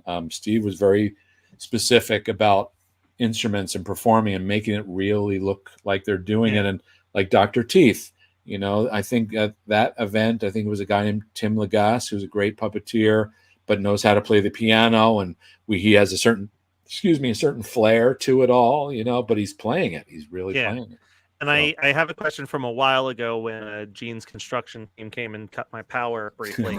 Well, you guys really are close to each other. Yeah. I missed out on, you were talking about, having to fill in for a past puppeteer's voice. And I know that you handle Rolf. Yeah. And unless I'm completely incorrect, I feel like Rolf was post Jim's death retired for many, many years. Up until I want to say 2011, was there like extra pressure on kind of having to revive such a beloved character who'd kind of been like out of the spotlight for so long? Or was that less stressful because you're like, well, some people, this is going to be their first time ever seeing Rolf and they don't have something to compare it to? I think you just have to watch the show, Matt. Okay. No, I'm kidding. I'm kidding. Yeah, a lot of pressure, yes. And actually, the first time I ever did Rolf was in Muppet Treasure Island, which was 1996, but it was just a laugh. Yeah. It wasn't any dialogue, right? And I don't know. I mean, what was the 2011 thing? Because I think I did them before then. Maybe. I don't know if that was the Jason Segel movie, but I remember Rolf stealing that movie to me. Like there were so many amazing moments, and it was like, oh, I'm seeing my buddy Rolf again. Yeah, it could have been. I mean, I don't remember. Because I think there's a joke about it in the script. Like, where have you been? And he's like, oh, I've had a crazy couple of years, and then you're just kind of like lounging in a he was sleeping or something. Right? You know what? Honestly, I don't know. I mean, I don't even remember when somebody decided that I should do him. I don't remember when that happened exactly. It was Brian, I'm sure, or actually, it's interesting. You could be right about something. So I think there was a thing that happened where I went and had lunch with Jane Henson. Okay. We went to Sardi's in New York. Nice. And I think she wanted to, and I had met Jane. I knew her because of Brian, and I knew her. But I think she was trying to see, really get a sense of me. Like if I was somebody that could take on a character like Rolf. I don't know if this is completely right, but I feel like there was something about she needed to get to know me a little more. And it might have been around that time, Matt, when then I started doing him. Because even the Swedish Chef, I think I did earlier, but that wasn't, I think, as close to the family and as important, as somebody taking on Rolf. And I remember during Dinosaurs, I felt like there wasn't anybody doing the gruffy Jim voices. There wasn't anybody doing this stuff, and those are the characters I was drawn to the most with Jim. Those are my favorites. And so I don't know. I don't even know how it came about exactly that I started. I just double checked and fact checked myself. So he was retired, but it wasn't as long as I said. He was retired from 1989 to 96 when you started doing him for Muppets Tonight, but it says that throughout it was a lot of just short one-line things like yelling "Hey Kermit" or getting used something to like that. Yeah, which makes sense. Yeah. But then you sang a song in 2006 as Rolf for the Green and Red Christmas album, which is a delightful Christmas album that every Muppet fan should own. All right, that's sweet. Yeah, that's right. Since we're talking about the characters that others have done before you. Yeah. Just before you move on to that, you made me think of something that I've never thought of before, Billy. When a character's playing a piano, if it's an acoustic piano, not a keyboard that you have turned off, do they mute the inside of the acoustic piano so that when you're hitting the keys, you're not getting anything? What do they do on the inside of the piano? Yeah, they mute it. They usually it's some sort of heavy thing, right? That clamps it, or stops it down. I've shot a couple things here at my house with my son, who's actually great. The last couple of things I did with Rolf, I think we did a birthday for Jim's birthday, maybe a song. We did a quick ditty. I'm sorry. Jackson, I thought you were about to say that Rolf was on Cameo, and I was really excited. I was about to. Yeah, I was like, "Ooh, how much?" Sorry, not allowed. Back to what you were saying. We couldn't afford him, whatever it would cost. No, I don't know about that. But Jackson, my son, did the hands, but we didn't have anything really to mute it, and so we just turned the sound up because it was pre-recorded, right? We're playing, and so he was just hitting it. And it sounds terrible. You would never want to hear, right? Because he's faking it, but it looks real, and it's just going. But it looks like he's playing it. But yes, Gene, normally we mute it, or the piano just doesn't have any guts anyway because it's too heavy, and it's a prop. Yeah, we put people inside and all that stuff. What I was about to ask you was sort of getting a chance to create characters, and I know that there's obviously a number of those, but the one that I want to focus on, I mentioned to you before we started that probably for the last 2 years, my son Felix's favorite Muppet, and he loves the Muppets, but far and away, Pepe is now number one, and it's a distant number two. Pepe comes on the screen. He already starts laughing because he knows he's going to say something funny. See, no, it's true because I'm incredible. Okay. Say hi to Felix. Hola, Felix. How are you, my friend? Hey, I'm glad you think I'm incredible because I am. And your daddy, he's okay. Which, by the way, Pepe is not lying. I can't sue him for slander. His daddy's okay. See how incredible. Oh my gosh, look at it. Gene's got a Pepe right there. I'm a flexi toy. Look at me. So talk a little bit about Pepe. And when we were talking beforehand, you did point out Pepe is an asshole, but that's probably the charm, right? Well, he would not be happy with no, but no. He doesn't like that kind of language either. He's he's not really an asshole. I think he just is brutally honest and says what he thinks. And he's based on my wife's aunt, who is from Madrid, Spain. That's where the character came from. Her mother's sister, Maria Teresa. Gene, you're probably so bored. Gene hears this story like 2 million times. Gene has started drinking heavily while you talk. Yeah. Here goes the Pepe story. You don't know. He's going to talk about He's going to talk about Pepe. It doesn't stop. Puppets. What? Okay, so I'm my wife, or I meet my wife's aunt, who's from Madrid, Spain, and I never really met anyone like this. She, broken English, but this really great sense of humor. But I noticed she would talk in statements. That was her thing. She would there was never a question. She would say, "Hey, Christian, you're wearing a brown shirt, okay?" Or, "Gene, you have stripes, okay?" Okay. "Bill, come on, Bill, we go to the mall, okay?" Okay. And I just thought, how funny, this thing. And this kind of character is. And she's a very mischievous lady, and laughed a lot at her things that she was doing that we didn't know. And so we were talking about creating Muppets Tonight, and Brian was trying to find some new characters for the show. And we were actually at a Chinese restaurant. She was there. I was with Kirk Thatcher. He was at the thing too. And we were talking. I was describing her. I said, "This is a great character." She didn't hear me. "This is a great character. She's funny. She's mischievous. She's naughty, and she thinks like it's a lot's about her. She's very selfish." And Kirk said, "Did you say shellfish?" And I said, "Yeah." And he goes, "Oh man, maybe it's like a crab or a lobster, or a shrimp." And I said, oh yeah, maybe shrimp, but maybe it's a king prawn because he's got a big attitude, and it's not a shrimp. He's got a big. And so that's where we came out of. Getting the character becoming a king prawn was based on the characteristics of my wife's aunt, and so. And then I made it bigger and broader. It became a bigger version and broader version, exaggerated version of her.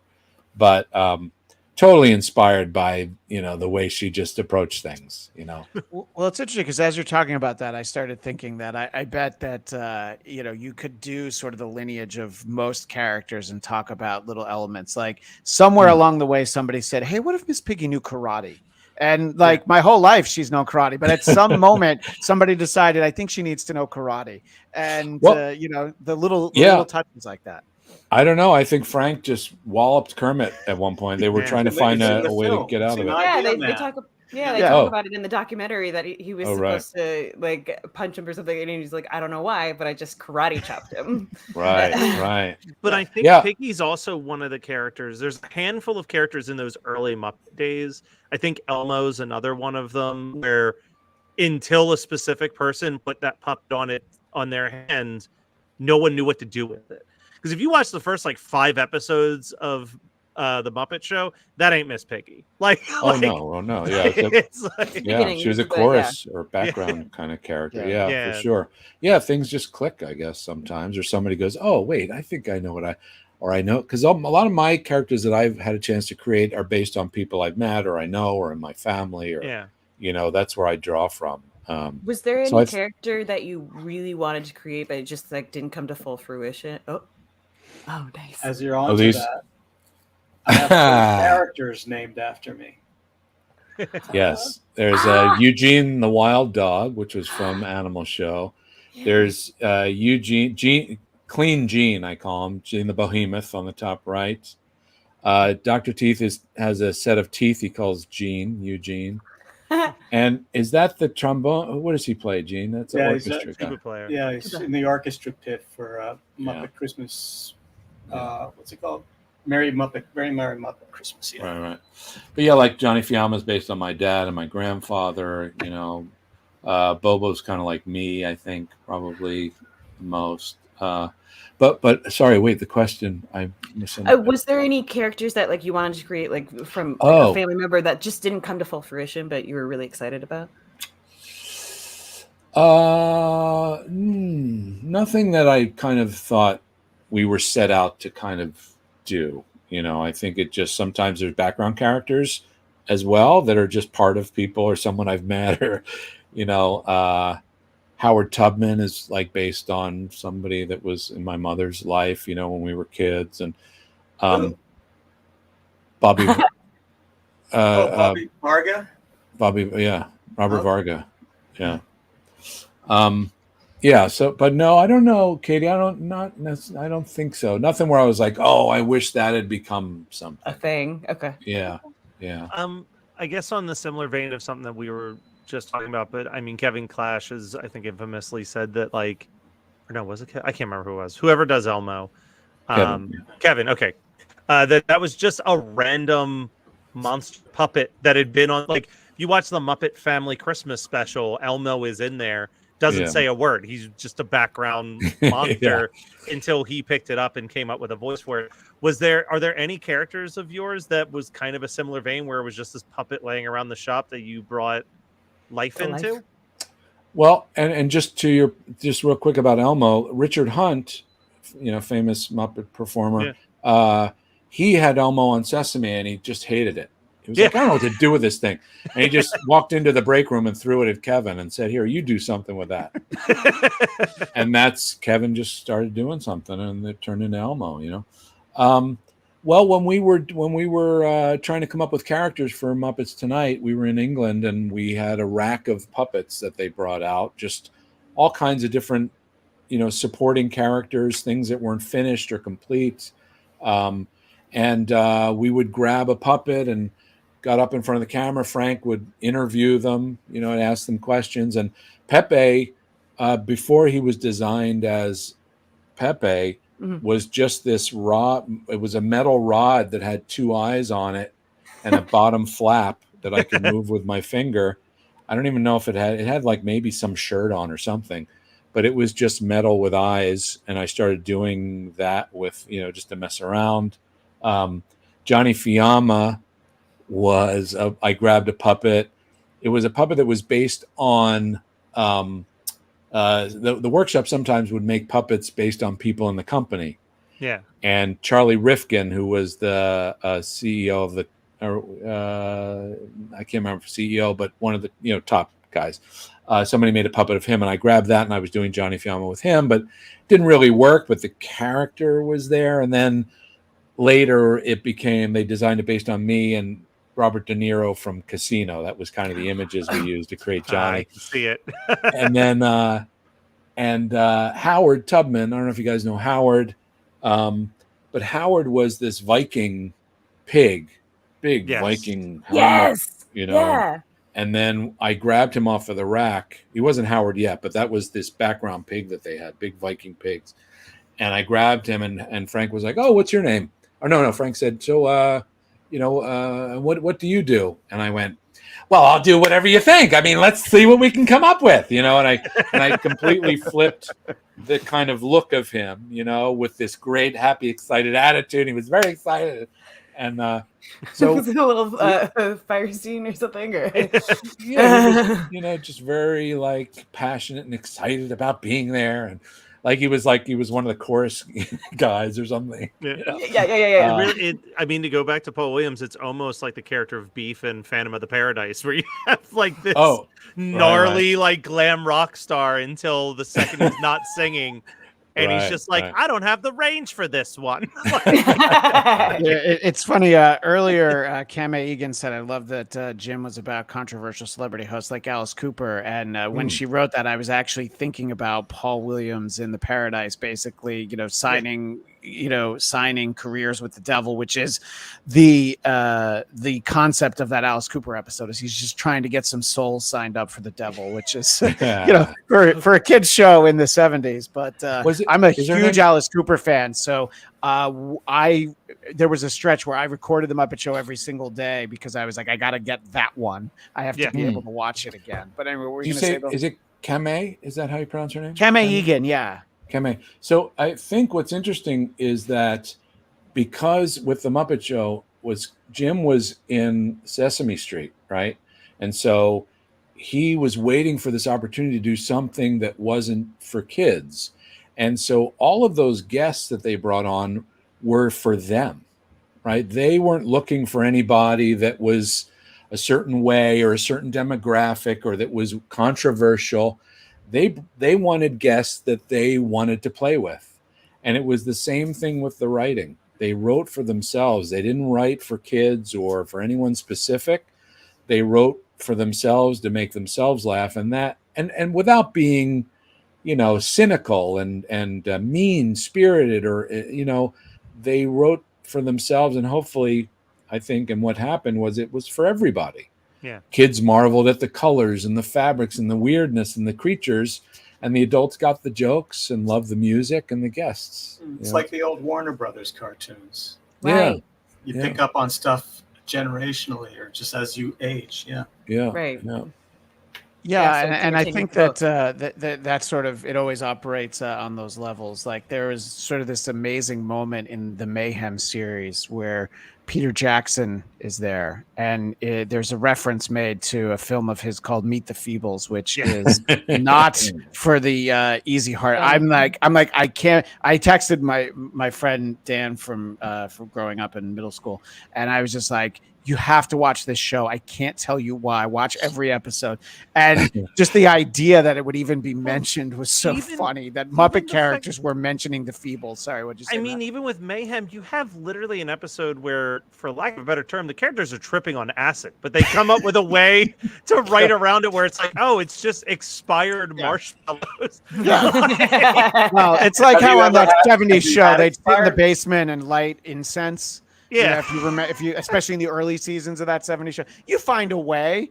Yeah. Oh my God. Well, Gene, I have not had an expired marshmallow, but I have had an expired peep, and I feel like that's the same thing. Yeah. Oh, similar, very similar. Yeah. Actually, we had to think of a way of, using food, and that Disney would allow. Sure. That was the only way they would accept it. With the stuff that they gave the thumbs up for throughout all of Muppets Mayhem, and that's why it was like one of the best shows of last year or 2 years. Oh, thanks, man.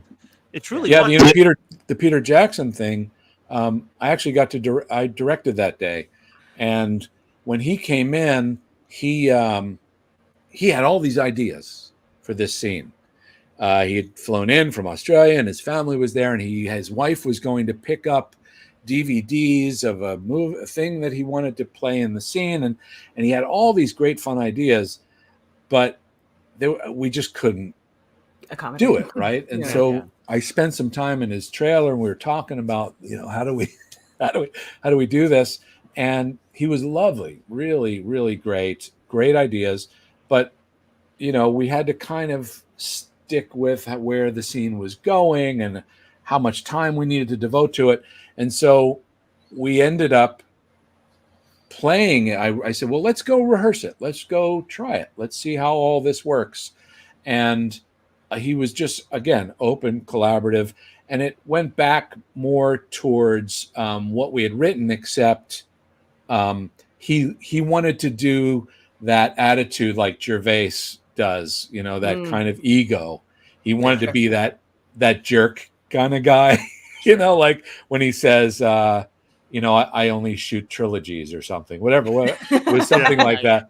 Right. I think that was one of his lines, but it was just amazing to have him on the set. It took us a while to get him, but he came and he did it, and it was pretty cool. And then of course it gets canceled and gets nominated for and wins all sorts of major awards. Yeah, right? He win Emmys and things. Yeah, so this is. That infamously happened for the Ben Stiller show. I think Sports Night got canceled and won awards. Yeah, so of course. There's plenty of examples of the network that doesn't quite realize what they have. Unfortunately, yeah.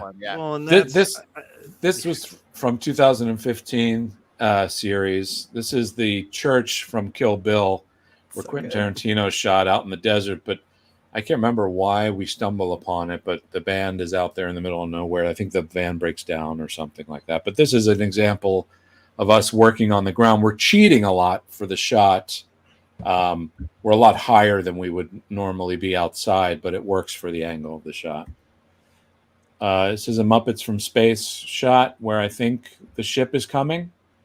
So you can see different performers down below looking at their monitors, and this is from Muppets Now. We didn't keep this scene, but this is Dr. Teeth with real bees. He was a beekeeper. Oh my gosh! So we had real bees. Isn't that great? By the way, that's show business. You spend all this time around live bees, worrying about whether or not you're going to get stung. And yeah, that's not in the show. So it's been cut. Yeah, it didn't work. You didn't get stung or anything, did you? No, everybody was fine. This is there he is, the idiot. That's the scene. The one on the right, I mean. Yeah. That's the scene he did with the two soprano actors. Oh, right. Was that Mary Muppet? Letters to Santa. Letters to Santa. And then one more. This was for Toyota Highlander or something. So the driver of the car is in the back. Oh, so wow. They built this version of the Toyota Highlander so that they could drive from the rear, and that we could put characters in the front seat and go to drive-throughs and gas stations and shoot people's reactions to us pulling up. Incredible. Yeah, so this is a version where Pepe's driving, which is impossible. His feet would never work, but yeah, part of what I do is come up with how we get into these places, right? How do we cut out the seat, and where is everything how do we get in there? How do I make the puppeteers comfortable? That's part of my coordinating position. There's a bit of engineering involved. Oh my God, always. Yeah. The logistical side of Muppets is just ridiculous, it's and figuring, and there's always something new. Every situation. I mean, you kind of go, oh yeah, well, this is similar to so-and-so that we did, but there's always something new to figure out. There's always, for new directors working with the Muppets, there's always a period of a learning curve. And Billy's usually the one to stand with them and say, well, this is how you need to set it up to get that shot. It's complicated. Yeah, it's crazy. But I think that's it, actually, Chris. I don't know how many more shots. Well, that's great, and I think we're also at the point just shy of 2 hours where we're getting holy mackerel. Let's do another two. Come on. Another two. This is a marathon. Yeah, exactly. All right. It's the Jerry Lewis Labor Day telethon. We've got now we're just going to watch 20 every more hours. Muppet project and do live running commentary until we're through it all. But obviously it's always fun to get to talk and find out about what's going on behind the scenes of the things that we all really care about. And the reason why I made sure that Matt and Katie were a part of this conversation is I know how important the Muppets are to them, like they always have been to me and continue to be. That's it hasn't gone away. And it's seeing the documentary idea, man, it's very inspirational, and you feel great about Jim's legacy. And then when you get to talk to you guys, that the legacy is in great hands. And, so many of the things that we're talking about are things that have, happened in recent decades. And I want to ask my co-hosts if they have any final thoughts or questions. Katie, is there something that you've been hoping to get to, and I just won't shut up and let you get a word in?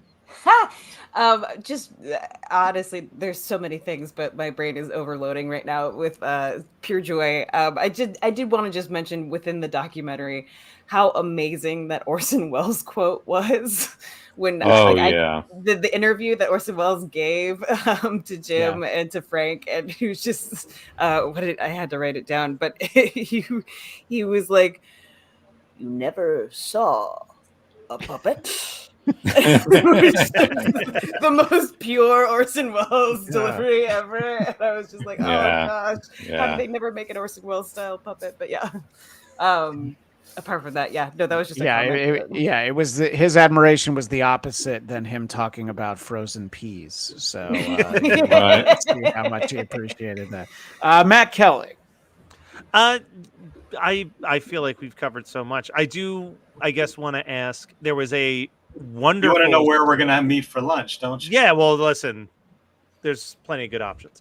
No, but I was gonna say, Bill, you were part of what I think was one of the most fascinating early Disney Plus shows, which was Muppet Moments, which were just these we were talking about the little girl saying "I love you" to Kermit. It felt like it was just a series of 60 shorts of that. That's what I wanted to do. Yeah. I just wanted to get kids' reactions, because I felt like with these Muppet Show characters, you don't get a chance to do a lot. Like on Sesame Street, they had a Kermit, right? And Jim didn't think of Kermit as a little kid's character; it was just a character, and so I just wanted to see what would happen, and boy, I loved it. We did a day of it. Favorites. There's some good ones. Whenever I'm with friends who have kids, I'm always like, just put on Muppet Moments. It's just my go-to thing. It's so soothing and fun, and they're bite-sized. They're 30, 40 seconds, and they just get in, get the joke, get the punch, get the cute moment, and then they're out. Yeah. It came up in passing, but the thing that I wanted to mention, it's something that I take great pride in introducing people to, including Katie, is Muppet Family Christmas. And I describe it as the Avengers Endgame of Muppets, because it's not just our Muppet friends, it's also Sesame Street, and it's also Fraggle Rock. And it's look, they're all together. And I mean, I loved that. And we watch it with my kids every year. And every time it gets me when they cut to Jim and Sprocket washing all the dishes, because it's always such a nice reminder of sort of that era. It weirdly feels like a goodbye from Jim to his audience in that moment. Yeah. The way he just says, I like when they're having fun, and then just kind of walks off to wash the dishes. And knowing what we know now, just a couple years later, it feels like such a sign off. Yeah. Poor Sprocket. Of anybody to help with the dishes, Sprocket really wasn't the one. He licked them. He licked them. Yeah, you know what? That makes sense. What a beautiful juxtaposition to his clock, short film. In that moment. It was similar to that, which unfortunately was never filmed. I think it was union issues or something. But has it been 10 years or so now, Billy, where they played Carnegie Hall, and it was all the music of Jim Henson, and you had Muppets and Fraggle Rock and every version of Muppets programs, all and with celebrities and things, and it was an amazing show. Yeah, But that was it was a not blast. recorded. Yeah, Yeah. unfortunately. It's too bad. Yeah. And while we're mentioning projects that people might have forgotten about, a few years ago, 4 or 5 years ago, there was a Dark Crystal series for Netflix that only also got one season. But I think it's important to just shout out some of these things that people know. We've had a great chat the whole time, and we really appreciate everybody who's been in there. I want to let people know if they popped in for just a little bit of the video. The audio version of this will be up on my podcast, The Blackcast. If you're listening to the audio version right now, you might want to see a lot of the great pictures that were shared. You can find that over on the Geekscape channel. And in honor of this great conversation, we'll be reposting a classic episode of the Blackcast, which was episode 52 from 2014, where I spent the whole show with Gene and Bill. Pepe made an appearance on that show as well. So I at some point he's going to come looking to me for residuals and royalties. You know what? We never, and maybe I just blabbed on too much or something, but I mean, we never talked about the documentary that much, really. And I guess I'm just curious: is there like a quick thing that anybody loved especially about it, or I don't know? I mean, I was so excited to watch it, having read the Jim Henson 500-page biography 8 different times. And I think something that I really loved about the documentary from Ron Howard is that they didn't shy away from the fact that Jim was all of these amazing things, but he wasn't exactly the home run husband at the end of the day. And I like that because I think it's very easy to make this documentary that's full he was flawless hero worship. And I feel like Idea Man acts as almost a inspirational doc that's also a cautionary tale of what happens when you are too invested in the work that you're creating, that you let the rest of the things around you kind of take a back seat. So I just thought that was amazing that they included that element. Yeah, and I love the honesty of Jane's situation. I thought was conveyed beautifully, that what she had to go through and what she gave up, and everybody thinks about Jim, and so I thought that was great thing to do. Yeah, and similarly, sort of what we were talking about earlier, for me, it was getting to see sort of the behind the scenes stuff, but also just sort of expanding on, putting things together. And I had actually, I guess, subconsciously remembered the piggy karate moment. And fortunately, Katie reminded me that they do cover that. So just little things like that. But yeah, the whole thing, and to Matt's point, when you see something where enough about the person that it's disingenuous, and I know it was scripted, but that Queen movie that came out a few years ago, you'd think that Freddie Mercury just had one bad friend who got him into some trouble, and that he never did anything wrong if it weren't for this one guy. And it's just, I mean, that's why Sacha Baron Cohen was like, I can't do this movie. You're not telling the real story. And I don't know. I think knowing that people you look up to and you admire are flawed, it's it makes you feel like, okay, look, they're human just like us. And I did get that feeling watching Idea Man, that, you can be all these great things, and, people can still have had other experiences. Katie, a real life. I thought what I really liked was how they spent a significant amount of time with his pre-Sesame Street life. Yes. Because I meet a lot of fans who get angry when they see the Muppets do something more mature and think Jim wouldn't have done that. That's not sweet and happy and lovely, and they don't know, that he did Sex and Violence was the title for one of his pitches, and we and my all girlfriend, of that TV stuff. I was gonna say my girlfriend and her 9-year-old. One evening, we spent 15-20 minutes just watching Wilkins coffee commercials. And those commercials are brilliant, but there is some shocking moments of violence. There's a lot of violence and a lot of explosions. Cami Egan says, "I love the documentary showed Jim as an innovator, but a real person." What we're saying with everyday problems. I liked his beginning story with Jane on Sam and Friends. I thought that is sort of a very sweet start to it.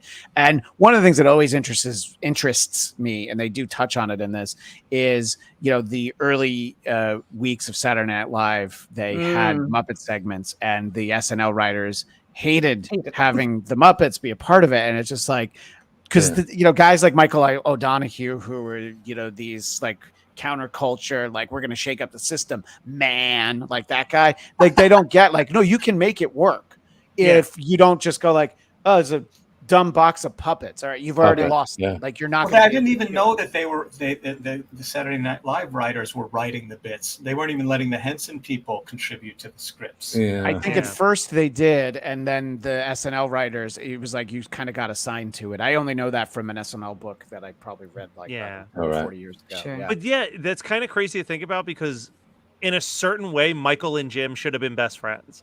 They both had the same like chaotic, change the world energy, just in very different directions. And like, but it also speaks to like how contextually like the product can change, or like who's writing behind it, especially when it comes to comedy and then like heartfelt comedy.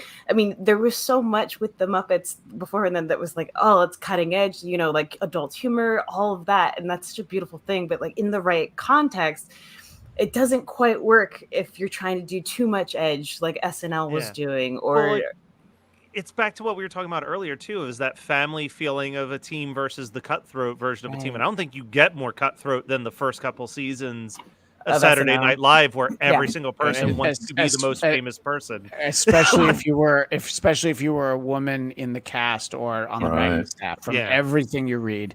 I think that there's a lot of times you can do knowing things. Lisa says that the SNL called them the mucking Fuppets. So thank you for that. What's interesting to think about is that having that entire early career. Think about what children's shows were like before the humor and there was, when you compare that to everything else in children's programming back then, Sesame Street was pretty edgy and cutting edge as far as the characterizations go and the subjects they touched on. So he was able to bring all that to a children's show, and the blend together made something that was in between the two and had such success. I got a chance to go to the screening of Idea Man. They had like a panel afterwards with Ron Howard and David Glazer and Brian and Lisa.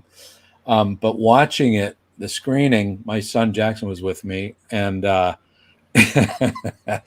he kept putting his arm around me because I was seeing these friends that aren't here anymore, and it was very emotional for me in that way. And then finally at the end, when Frank says thank you, I have this very bittersweet thing that is always in my mind, and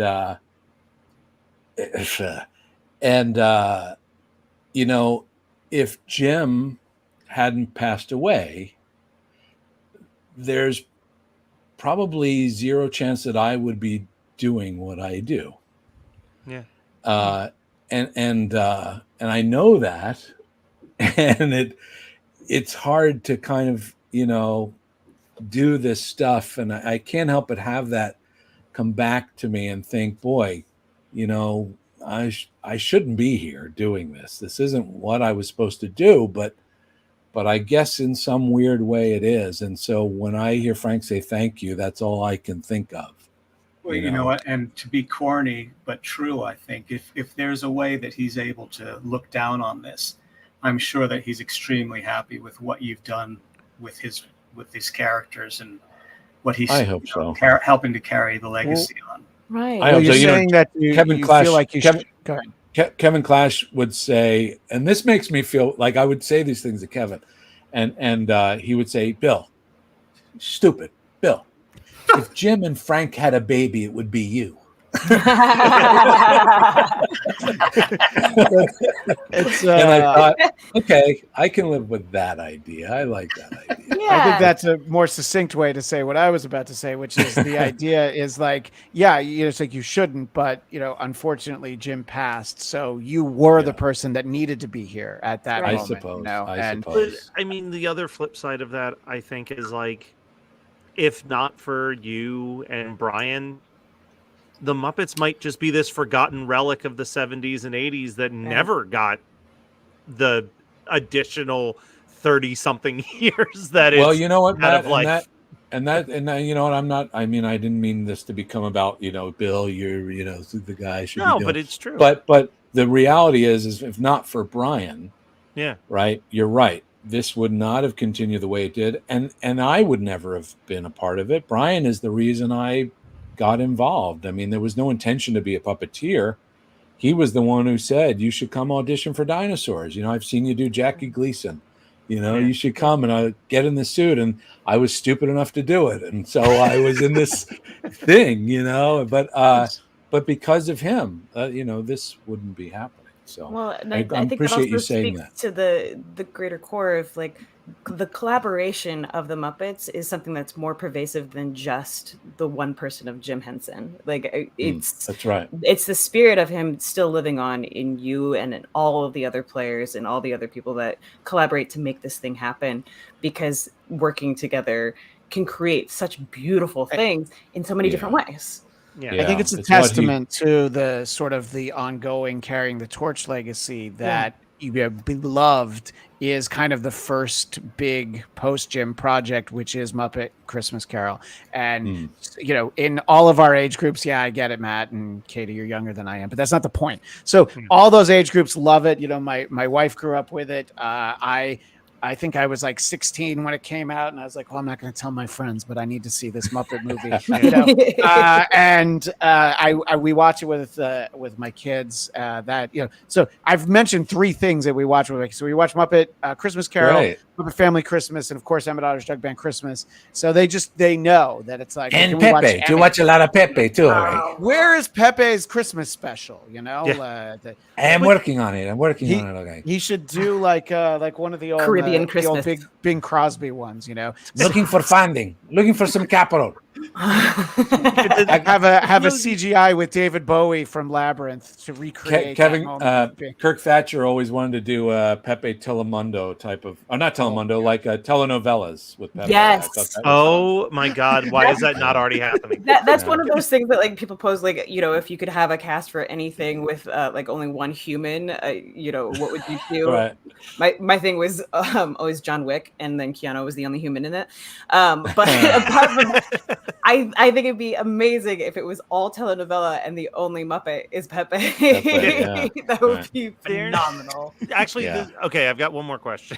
Because we know that the Muppets are kind of owned by Disney. Would every decision have to run past them? Like, there's no way you could just shoot like a short Pepe telenovela and throw on the YouTube channel. No. There's some new great people that are running the Muppet Studio that work under. The Muppets department is now under Imagineering, which is then Parks and Entertainment is under Imagineering, and these people are from Parks and Entertainment. They're amazing. Lee Slaughter and David Lightbody, Michael Steinbach. They are running the place for the Muppets, and so everything goes through them.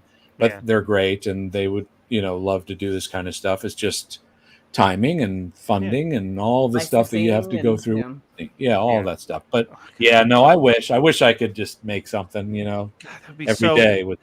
Because I'm imagining it as literally not even just a normal it would be like a behind the scenes, like he's the star of this telenovela and his life like behind the scenes when he's not like he can't go down the street without being mobbed by like adoring fans. So I think what you're talking about is basically a Pepe Larry Sanders show. Yes, where the show within the show is a telenovela.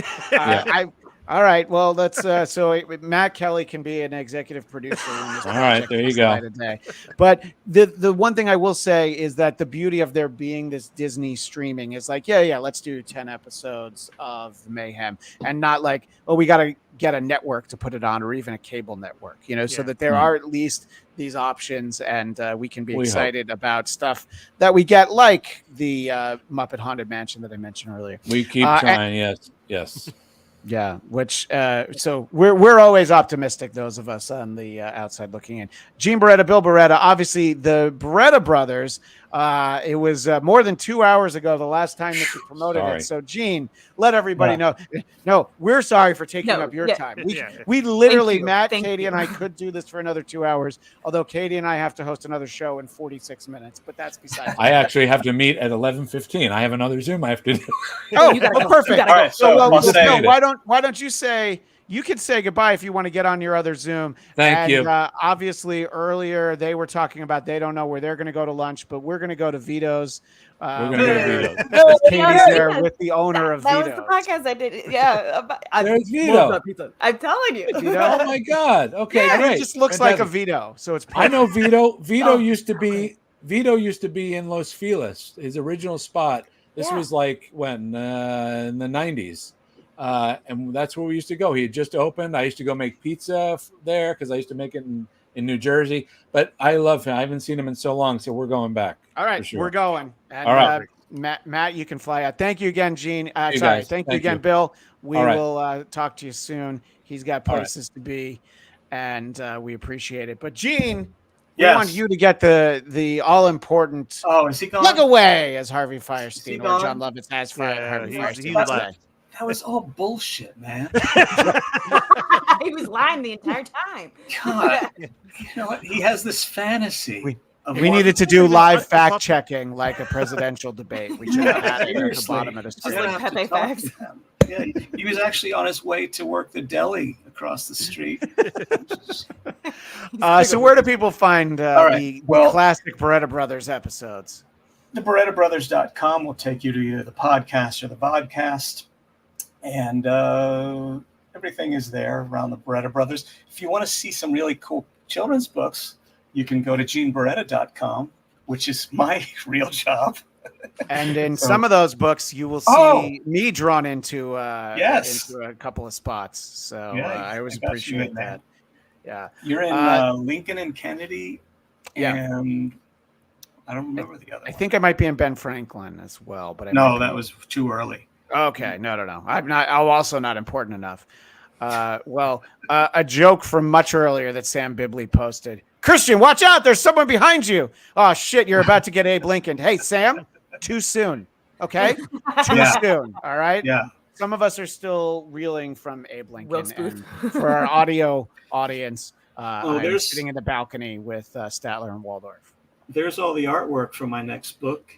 Oh, cool. Hanging up on the wall. If you know the great American artist of the 20th century, Andrew Wyeth, it's about his childhood. So that'll be out about a year from now. The Apprenticeship of Andrew Wyeth. That'll be the next one.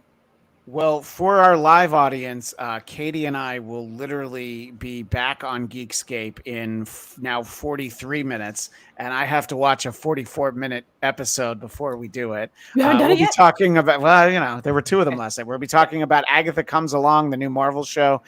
So join us at noon Pacific, 3 p.m. Eastern on Geekscape. Matt Kelly, what would you like to steer people to other than, of course, smash that like button, y'all, subscribe on Geekscape and all that good stuff. Do all of the stuff with Geekscape TV on YouTube. I have a podcast every day of every week. So Mondays, it's the Christmas 365 podcast. Tuesdays is YAYYYYY, which is all about young adult novels. Wednesday is One Hit Thunder, about one-hit wonders. Thursday night is Horror Movie Night. Fridays is Weird Algorithm, all about the career of Weird Al Yankovic. And then we've got some cool shows for the future that I'm not allowed to talk about just yet. That one might be co-hosted by Katie up there. And almost ending, we're down to like our last 6 episodes, is White People Problems, a show in which I watched the OC for the first time. I can't say I watched that one, but I love the concept of that. Hey, I just love the title. Kame. Is it Kame? She said the Barretta brothers are the Russo brothers of the Muppet world. You know, Russo was the name of my first stepfather. So no way. Dead on. I appreciate that. And I have my personal podcast, Blackcast, BLADTCAST. And if you look for that, you will see the episode we did in 2014, episode 52, where I talked to Gene and Bill. And Katie, I know you listened to that last year and you enjoyed it. So I guess I should just take it off my hard drive and share it with the masses, so people will get to hear it. Anyway, thank you so much to both Gene and Bill, and of course everybody in the chat. We had a great time, and we did it 2 hours and 19 minutes. Thank you to everybody. We could easily do another 218. We will see you again soon here on Geekscape. Thanks again, everybody.